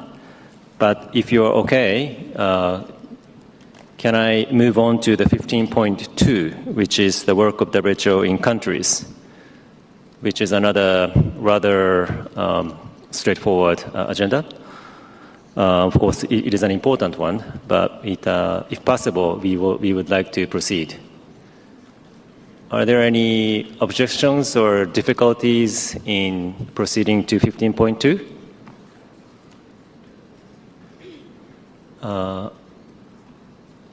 Seeing none, let us go to 15.2. So may I call on Dr. Susan Mercado, Director of Program Management, to introduce this agenda item, please. Thank you, Chair. It's my pleasure to introduce item 15.2 on the work of the World Health Organization in countries. This review was first presented as a side event at the 2016 session of the Regional Committee. It was so well received by member states that it became a standing agenda item in 2019. This item offers snapshots of the work of the World Health Organization across the 38 countries and areas. It provides an opportunity to reflect on the progress we have made together and the significant impact our work has had at the country level. The various strands or action areas of the regional vision, weaving health for families, communities, and societies, will be at the forefront of our shared efforts to address country needs and priorities as we intensify efforts toward health for all. The region is rapidly changing. As new and evolving challenges emerge, the World Health Organization is employing innovative ways of working to maximize and sustain the benefits of our collective actions. Today, we will hear from countries across the region on our progress in this collaborative and innovative work and its impact on the people, communities, and societies we serve. I will now hand the floor over to my colleague, the Coordinator for Country Support, Dr. Nino Dayang Hirang, who will moderate today's session. Thank you, DPM. Thank you, Dr. Mercado. RCM 76 is one of the few RCMs where all the WHO representatives and country liaison officers in the Pacific are participating. It is also the first RCM that is being participated by the WHO representative to Indonesia. Thank you very much to the dedication of the WRs, the CLOs and their teams in the WHO country offices towards ensuring results are achieved with Ministry of Health and partners. Today, we share stories from several countries across the region that describe the noteworthy progress being made on implementing the regional vision. Our first stop is our host, Fiji, where His Excellency the Honorable Mr. Penioni Ravunawa, Assistant Minister of Health and Medical Services, and Dr. Mark Jacobs, WHO representative to the South Pacific, who will share an update on recent developments in the country.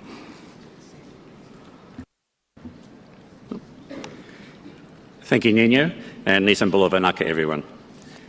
There's been a great body of work happening in the Pacific, and it's an honour for me to take you on a short journey of just some of these achievements and initiatives over the last year. I'd like to take the opportunity to first thank all the Ministries of Health and our partners across the Pacific for their ongoing close collaboration.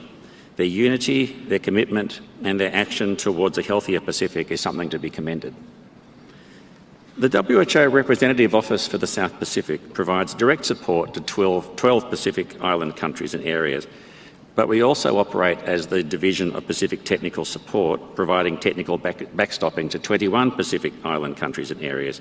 So, indeed, we've had a busy year, particularly scaling up support and innovation to implement projects and activities like responding to emergencies such as HIV, dengue and pertussis outbreaks, retrofitting and renovating healthcare facilities to build climate resilience, engaging communities on health-promoting behaviours, and working with ministries on strengthening health systems and policies, on NCD management and more. Of course, the list goes on, but for today's South Pacific Office segment, Fiji and Tuvalu will share some of their advances made towards the vertical strands of the regional division, Weaving Health for All. So first, I'll hand over to the Honourable Dr. Penioni Ravunawa, the Assistant Minister for Health and Medical Services from Fiji, who will share some highlights of our collaboration here in our host country this year. So, Assistant Minister.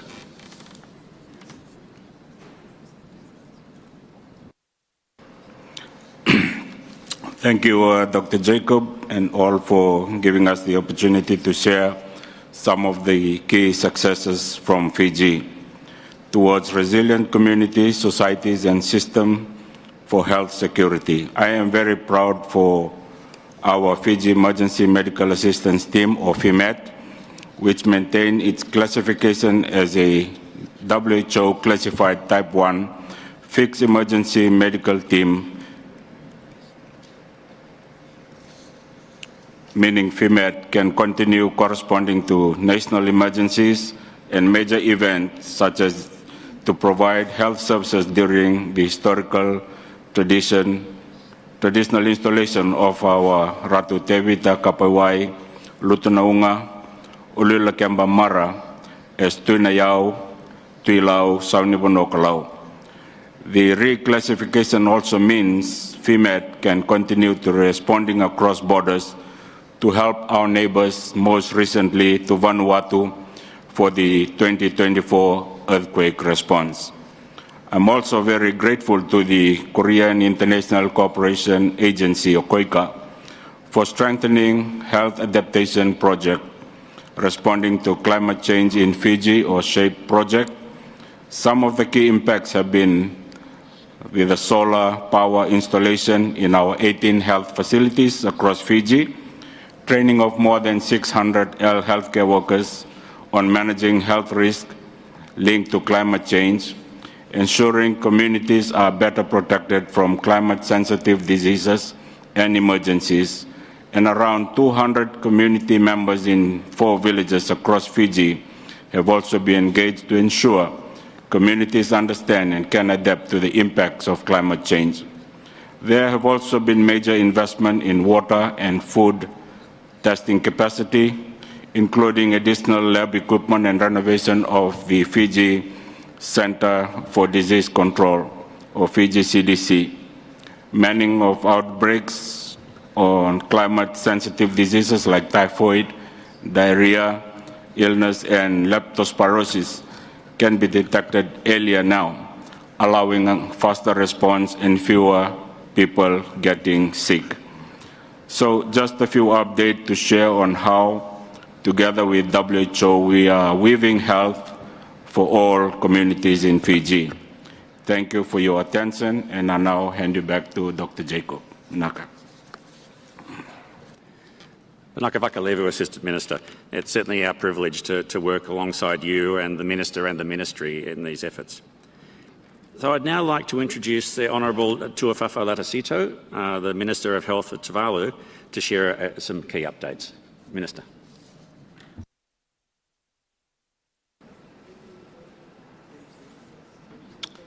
Good afternoon, everyone, and it is a pleasure to be here. Like other Pacific nations, reducing the burden of non-communicable diseases is a critical priority for Tuvalu. I'm proud to share that in the last 12 months, we have made significant progress in all 5 policy areas of leadership and governance: tobacco, alcohol and enforcement, unhealthy diet and physical inactivity, health system response, and NCD monitoring system. So what does this mean? This progress has translated to less missed appointments and referral cases for complications. We are also grateful for WHO's support in conducting the STEPS survey to further determine the NCD risk factors in the country. These strides demonstrate our commitment, action, and momentum towards healthier people throughout the life course and universal health coverage.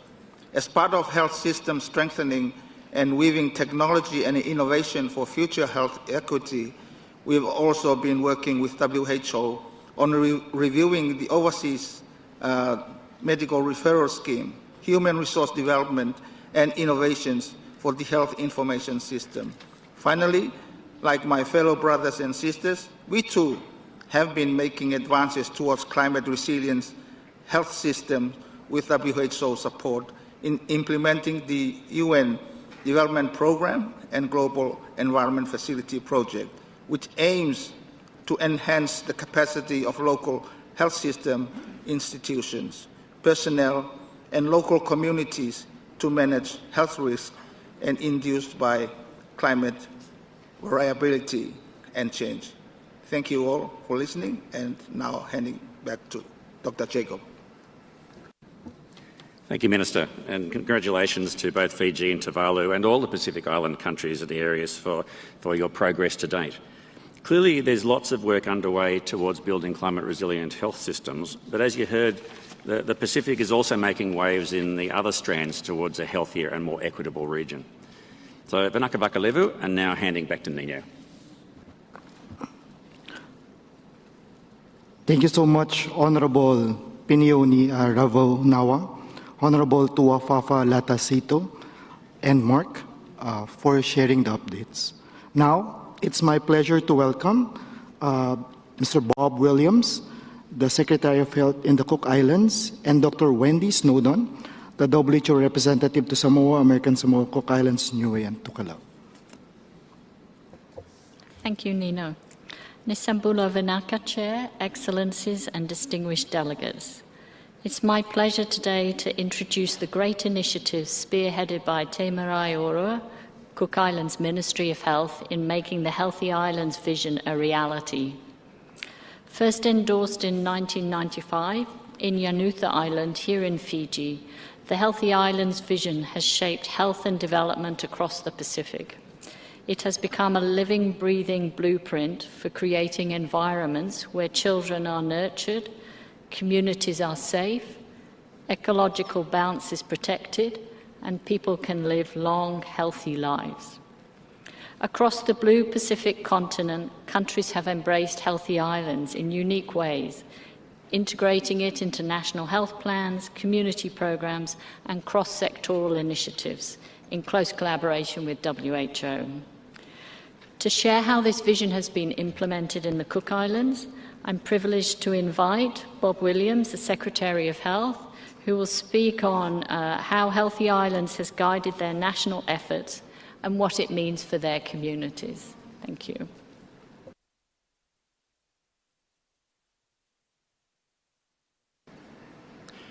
Thank you, Dr. Snowden. Chair, Excellencies, Kirana, and good morning. In the Cook Islands, we have more than 2/3 of our population in Rarotonga, where we have targeted much of our health work towards this population. However, we recognizing the importance of our Paenua, our sister islands, we have adopted the Healthy Islands approach as a guide to support health improvement in our communities on these islands.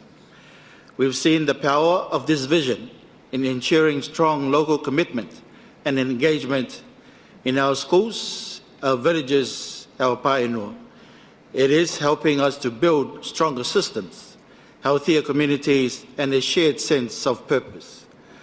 One of our proudest achievements has been the commitment in 4 of our islands, communities making bold decisions, declaring their islands smoke-free islands. This is led by traditional, religious, and island government leaders, supported by children, youth, women, and men.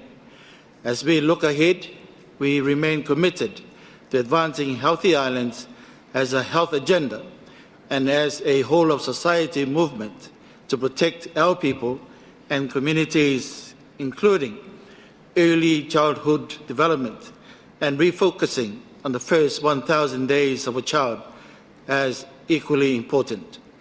Metakimata to WHO and our partners for walking alongside us in this journey. And we look forward to celebrating 30 years of Healthy Islands together on October 25th.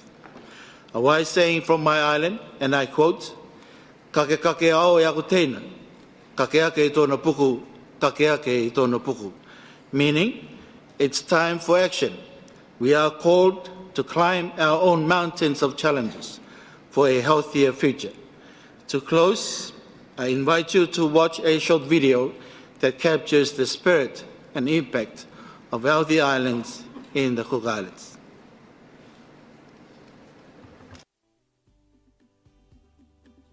Here in the heart of the Pacific, the Cook Islands shine with beauty, culture, and strong communities. Today, we face challenges like non-communicable diseases, infectious outbreaks, and the growing impacts of climate change. The Cook Islands Healthy Islands program brings to life the vision set by our Pacific leaders in 1995. A vision where children grow strong in body and mind. Our surroundings support learning and play. People work and age with dignity.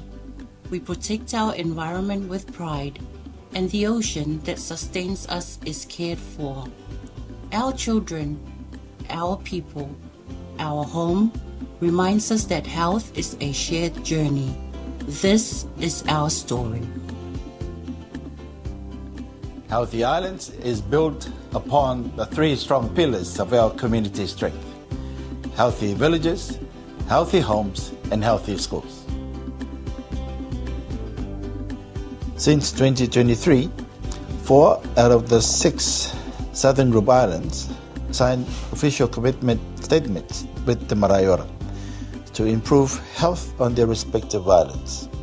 The same island has declared smoke-free islands on the 31st of May 2025.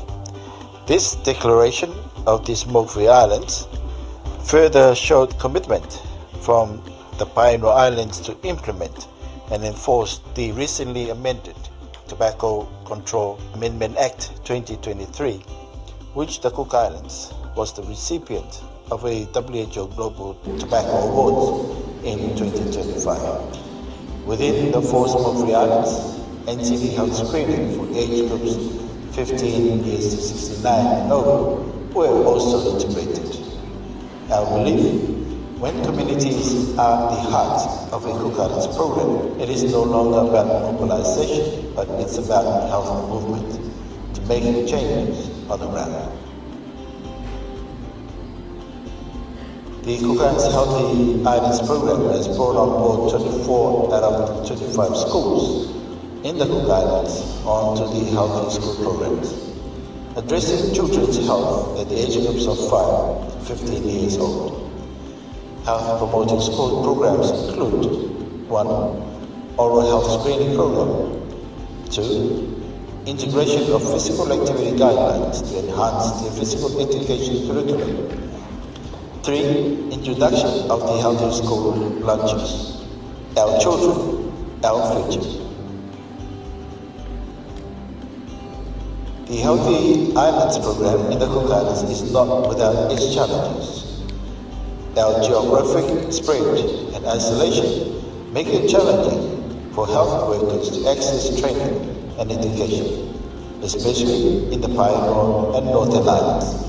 But technology provides the solution for remote access to timely information and training. Yet, despite all these obstacles, we remain committed. For now and the future, Healthy Islands program movement has been recently rolled out to the remaining Pioneer Islands and to the northern groups. Looking ahead, we remain committed to investing in our children, our people, and our home.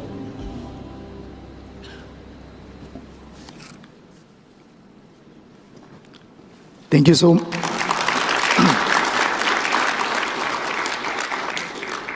Thank you so much, Secretary Williams and Dr. Snowdon.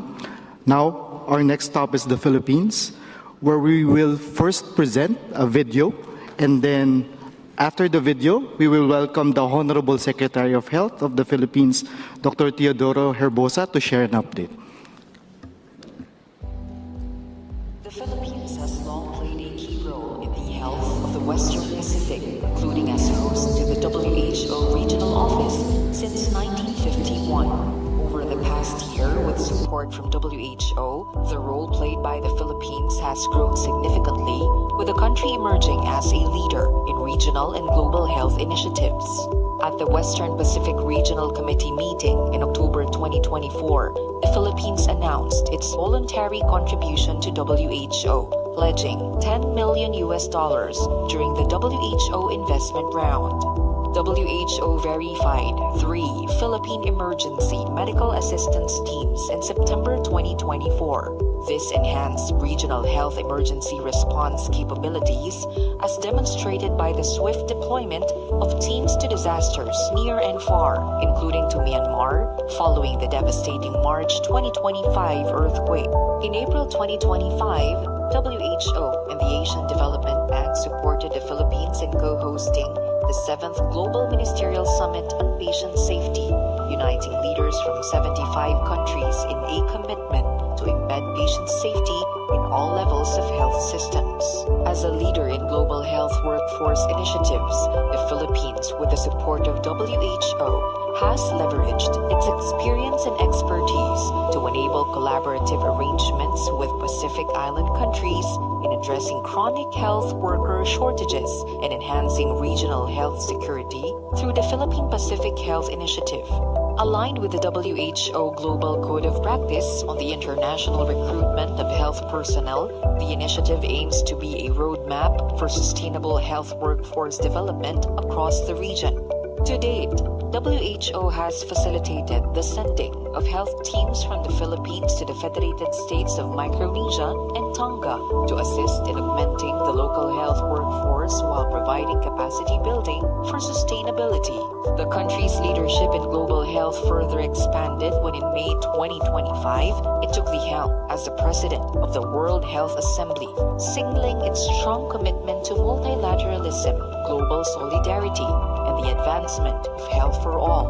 The Philippines' actions in the past year highlight not only its growing leadership in health, but also the transformative impact of sustained collaboration and partnership with WHO in building a healthier, more resilient Western Pacific region and well beyond.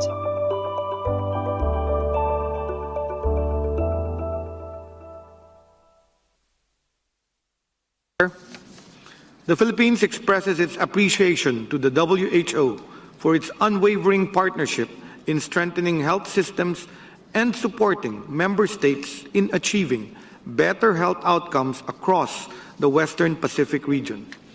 As the video has shown, the collaboration between the Philippines and WHO has grown into a model of shared leadership built on trust, solidarity, and a common vision for a healthier, more resilient Western Pacific region. Beyond the milestones highlighted, this partnership continues to strengthen our systems from within, from primary care and health workforce to digital governance and health security.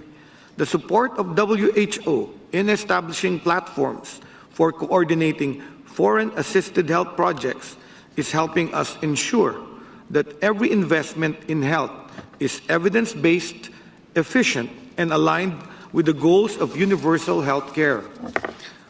We are also grateful for WHO's consistent engagement in strengthening health workforce cooperation across the region, especially through the Philippine Pacific Health Workforce Initiative, which stands as a symbol of regional solidarity and shared growth. Chair, the Philippines' growing role in regional and global health is not ours alone. It reflects what is possible when member states work hand in hand. It is proof that sustained collaboration, mutual learning, and collective action can transform health systems and lives. As we move forward under the regional vision of weaving health for families, communities, and societies, the Philippines reaffirms its commitment to continue working closely with WHO and our fellow member states to sustain the gains we have made, to close remaining gaps, and to ensure every community in our region can thrive in health and dignity. Thank you.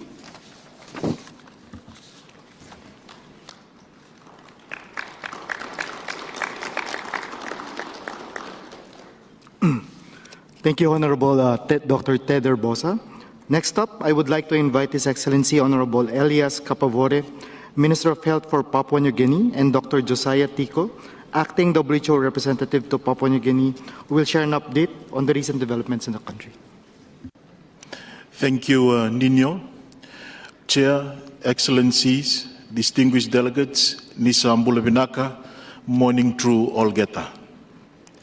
It is my pleasure to introduce today the great initiative spearheaded by the Ministry of Health, Papua New Guinea, in controlling and eliminating neglected tropical diseases, or NTDs. NTDs remain a significant health challenge, with Papua New Guinea bearing one of the highest NTD burdens in the Western Pacific region. Lymphatic filariasis is an endemic in 13 provinces. The burden of yaws is one of the highest in the world, with more than 100,000 suspected cases reported annually. Soil-transmitted helminths affect up to 40% of school-aged children, affecting their growth, cognitive development, and overall health, and causing malnutrition, anemia, and school absenteeism.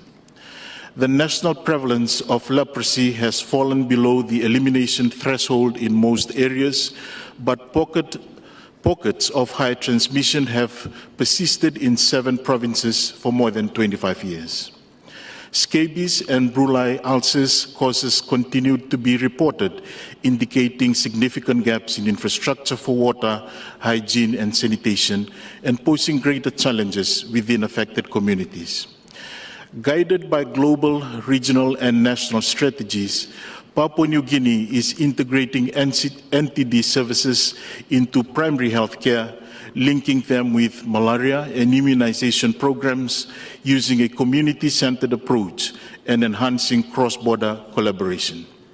In the past year, Papua New Guinea has made important strides with validation for the elimination of trachoma as a public health problem. Papua New Guinea successfully scaled up mass drug administration targeting multiple NTDs, including lymphatic filariasis, yaws, soil-transmitted helminths, and scabies, increasing the geographical reach from 12% to 25% of the population in need of preventative treatment. These achievements demonstrate strong leadership, community engagement, and partner support, yet millions remain unreached, logistical challenges persist, and several diseases continue to pose threats. The path ahead calls for unwavering political will and sustained investment if we are to achieve elimination of NTDs and fulfill the promise of Target 3.3 of SDG, which calls for ending the endemic of NTDs by 2030. I am honored to be joined in this discussion by the Honorable Minister for Health of Papua New Guinea, the Honorable Elias Kapawore, who will provide some additional insight into WHO support for NCD control in the country. Thank you, Honorable Minister.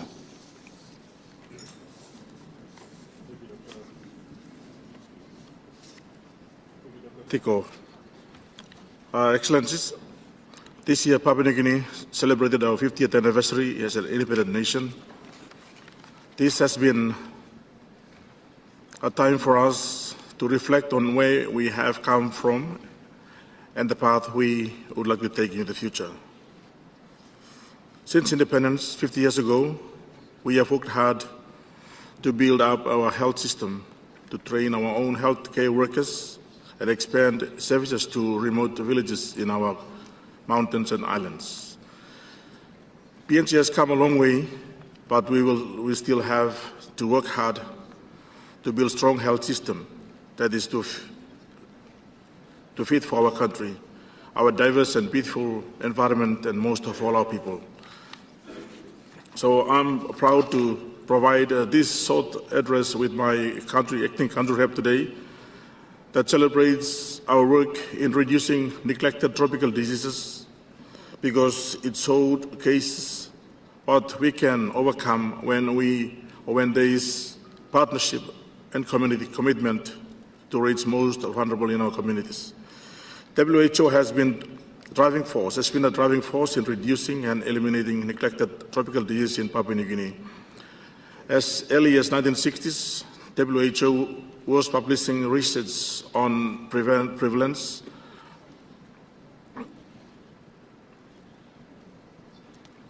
in some of our islands region. This was at the time when very little was known about the health problems for people living in our community. Since WHO has worked alongside us and our partners to reduce the harmful impact of neglected tropical diseases and help us achieve important milestones along the way. As an example, I'm proud to say that we have moved from treating trachoma in remote villages to now achieving elimination across the country as validated by WHO this year. We are also making progress in eliminating other neglected tropical diseases through integrated mass drug administration and diseases management. Over 1.2 million people have been reached, achieving more than 70% coverage in key provinces. As mentioned above, we have developed our new National Strategic Plan on NTDs 2025 to 2039, which provide the framework for integrated sustainable action and reflects the guidance of WHO NTD roadmap towards 2030 and the regional action framework. I acknowledge the leadership commitment from WHO and from all our development partners. The PNG government deeply values our collaboration to ensure that no one is left behind. We call on our partners to continue standing with us because investment as NTD elimination is an investment and equity in our resilience as we build a stronger Western Pacific region. I now hand it over to Dr. Tico to continue. Thank you, True and Pinakapakalevu, Honorable Minister, Chair, Excellencies and colleagues. As we conclude, we would like to share this video as a reminder that the fight against NTDs is not only about tackling pathogens. It is about restoring dignity, protecting opportunity, and enabling every person to live a life free from suffering that should no longer exist in the 21st century.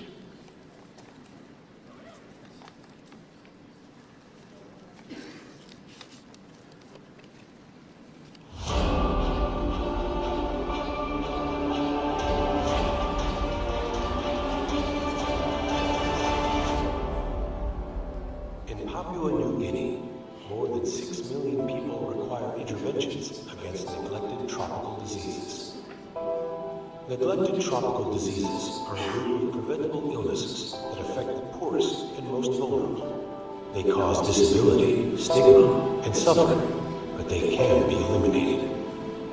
Papua New Guinea is a land of breathtaking beauty, but its geography also presents a unique challenge. In rural and remote communities, access to healthcare is limited, making neglected tropical diseases a persistent threat. United in purpose to eliminate neglected tropical diseases, the PNG National Department of Health and its partners launched a bold public health campaign of mass drug administration, starting with awareness and social mobilization in high-risk provinces. Mass drug administration reached high-risk provinces, delivering safe and effective medicines to entire communities and breaking the cycle of disease transmission. Regarding medicine, Bibla pilih musim, ikat planti senis kama belum bibla. Mie tembak saya demi sapinya, kami pilih musim nogat. Kami sagat polisi ko gata time, tisla kami pilih nogat. Time six lama raksama. On the 19th of May 2025, Papua New Guinea made history by eliminating trachom, the world's leading infectious cause of blindness, as a public health problem. This marked the country's first official victory against a neglected tropical disease. With each campaign, lives have changed. Infection rates are falling, communities are healing, and hope is growing across Papua New Guinea. The journey is not over. Continued support, innovation, and collaboration are key. Together, we can eliminate NTDs from Papua New Guinea once and for all. From the highlands to the coast, Papua New Guinea is proving that progress is possible. The fight against NTDs is a fight for dignity, health, and a brighter future.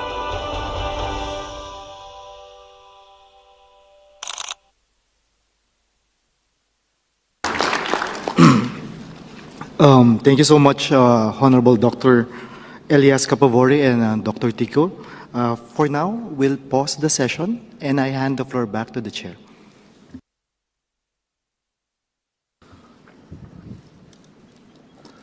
Thank you. So with your cooperation, we have progressed quite well.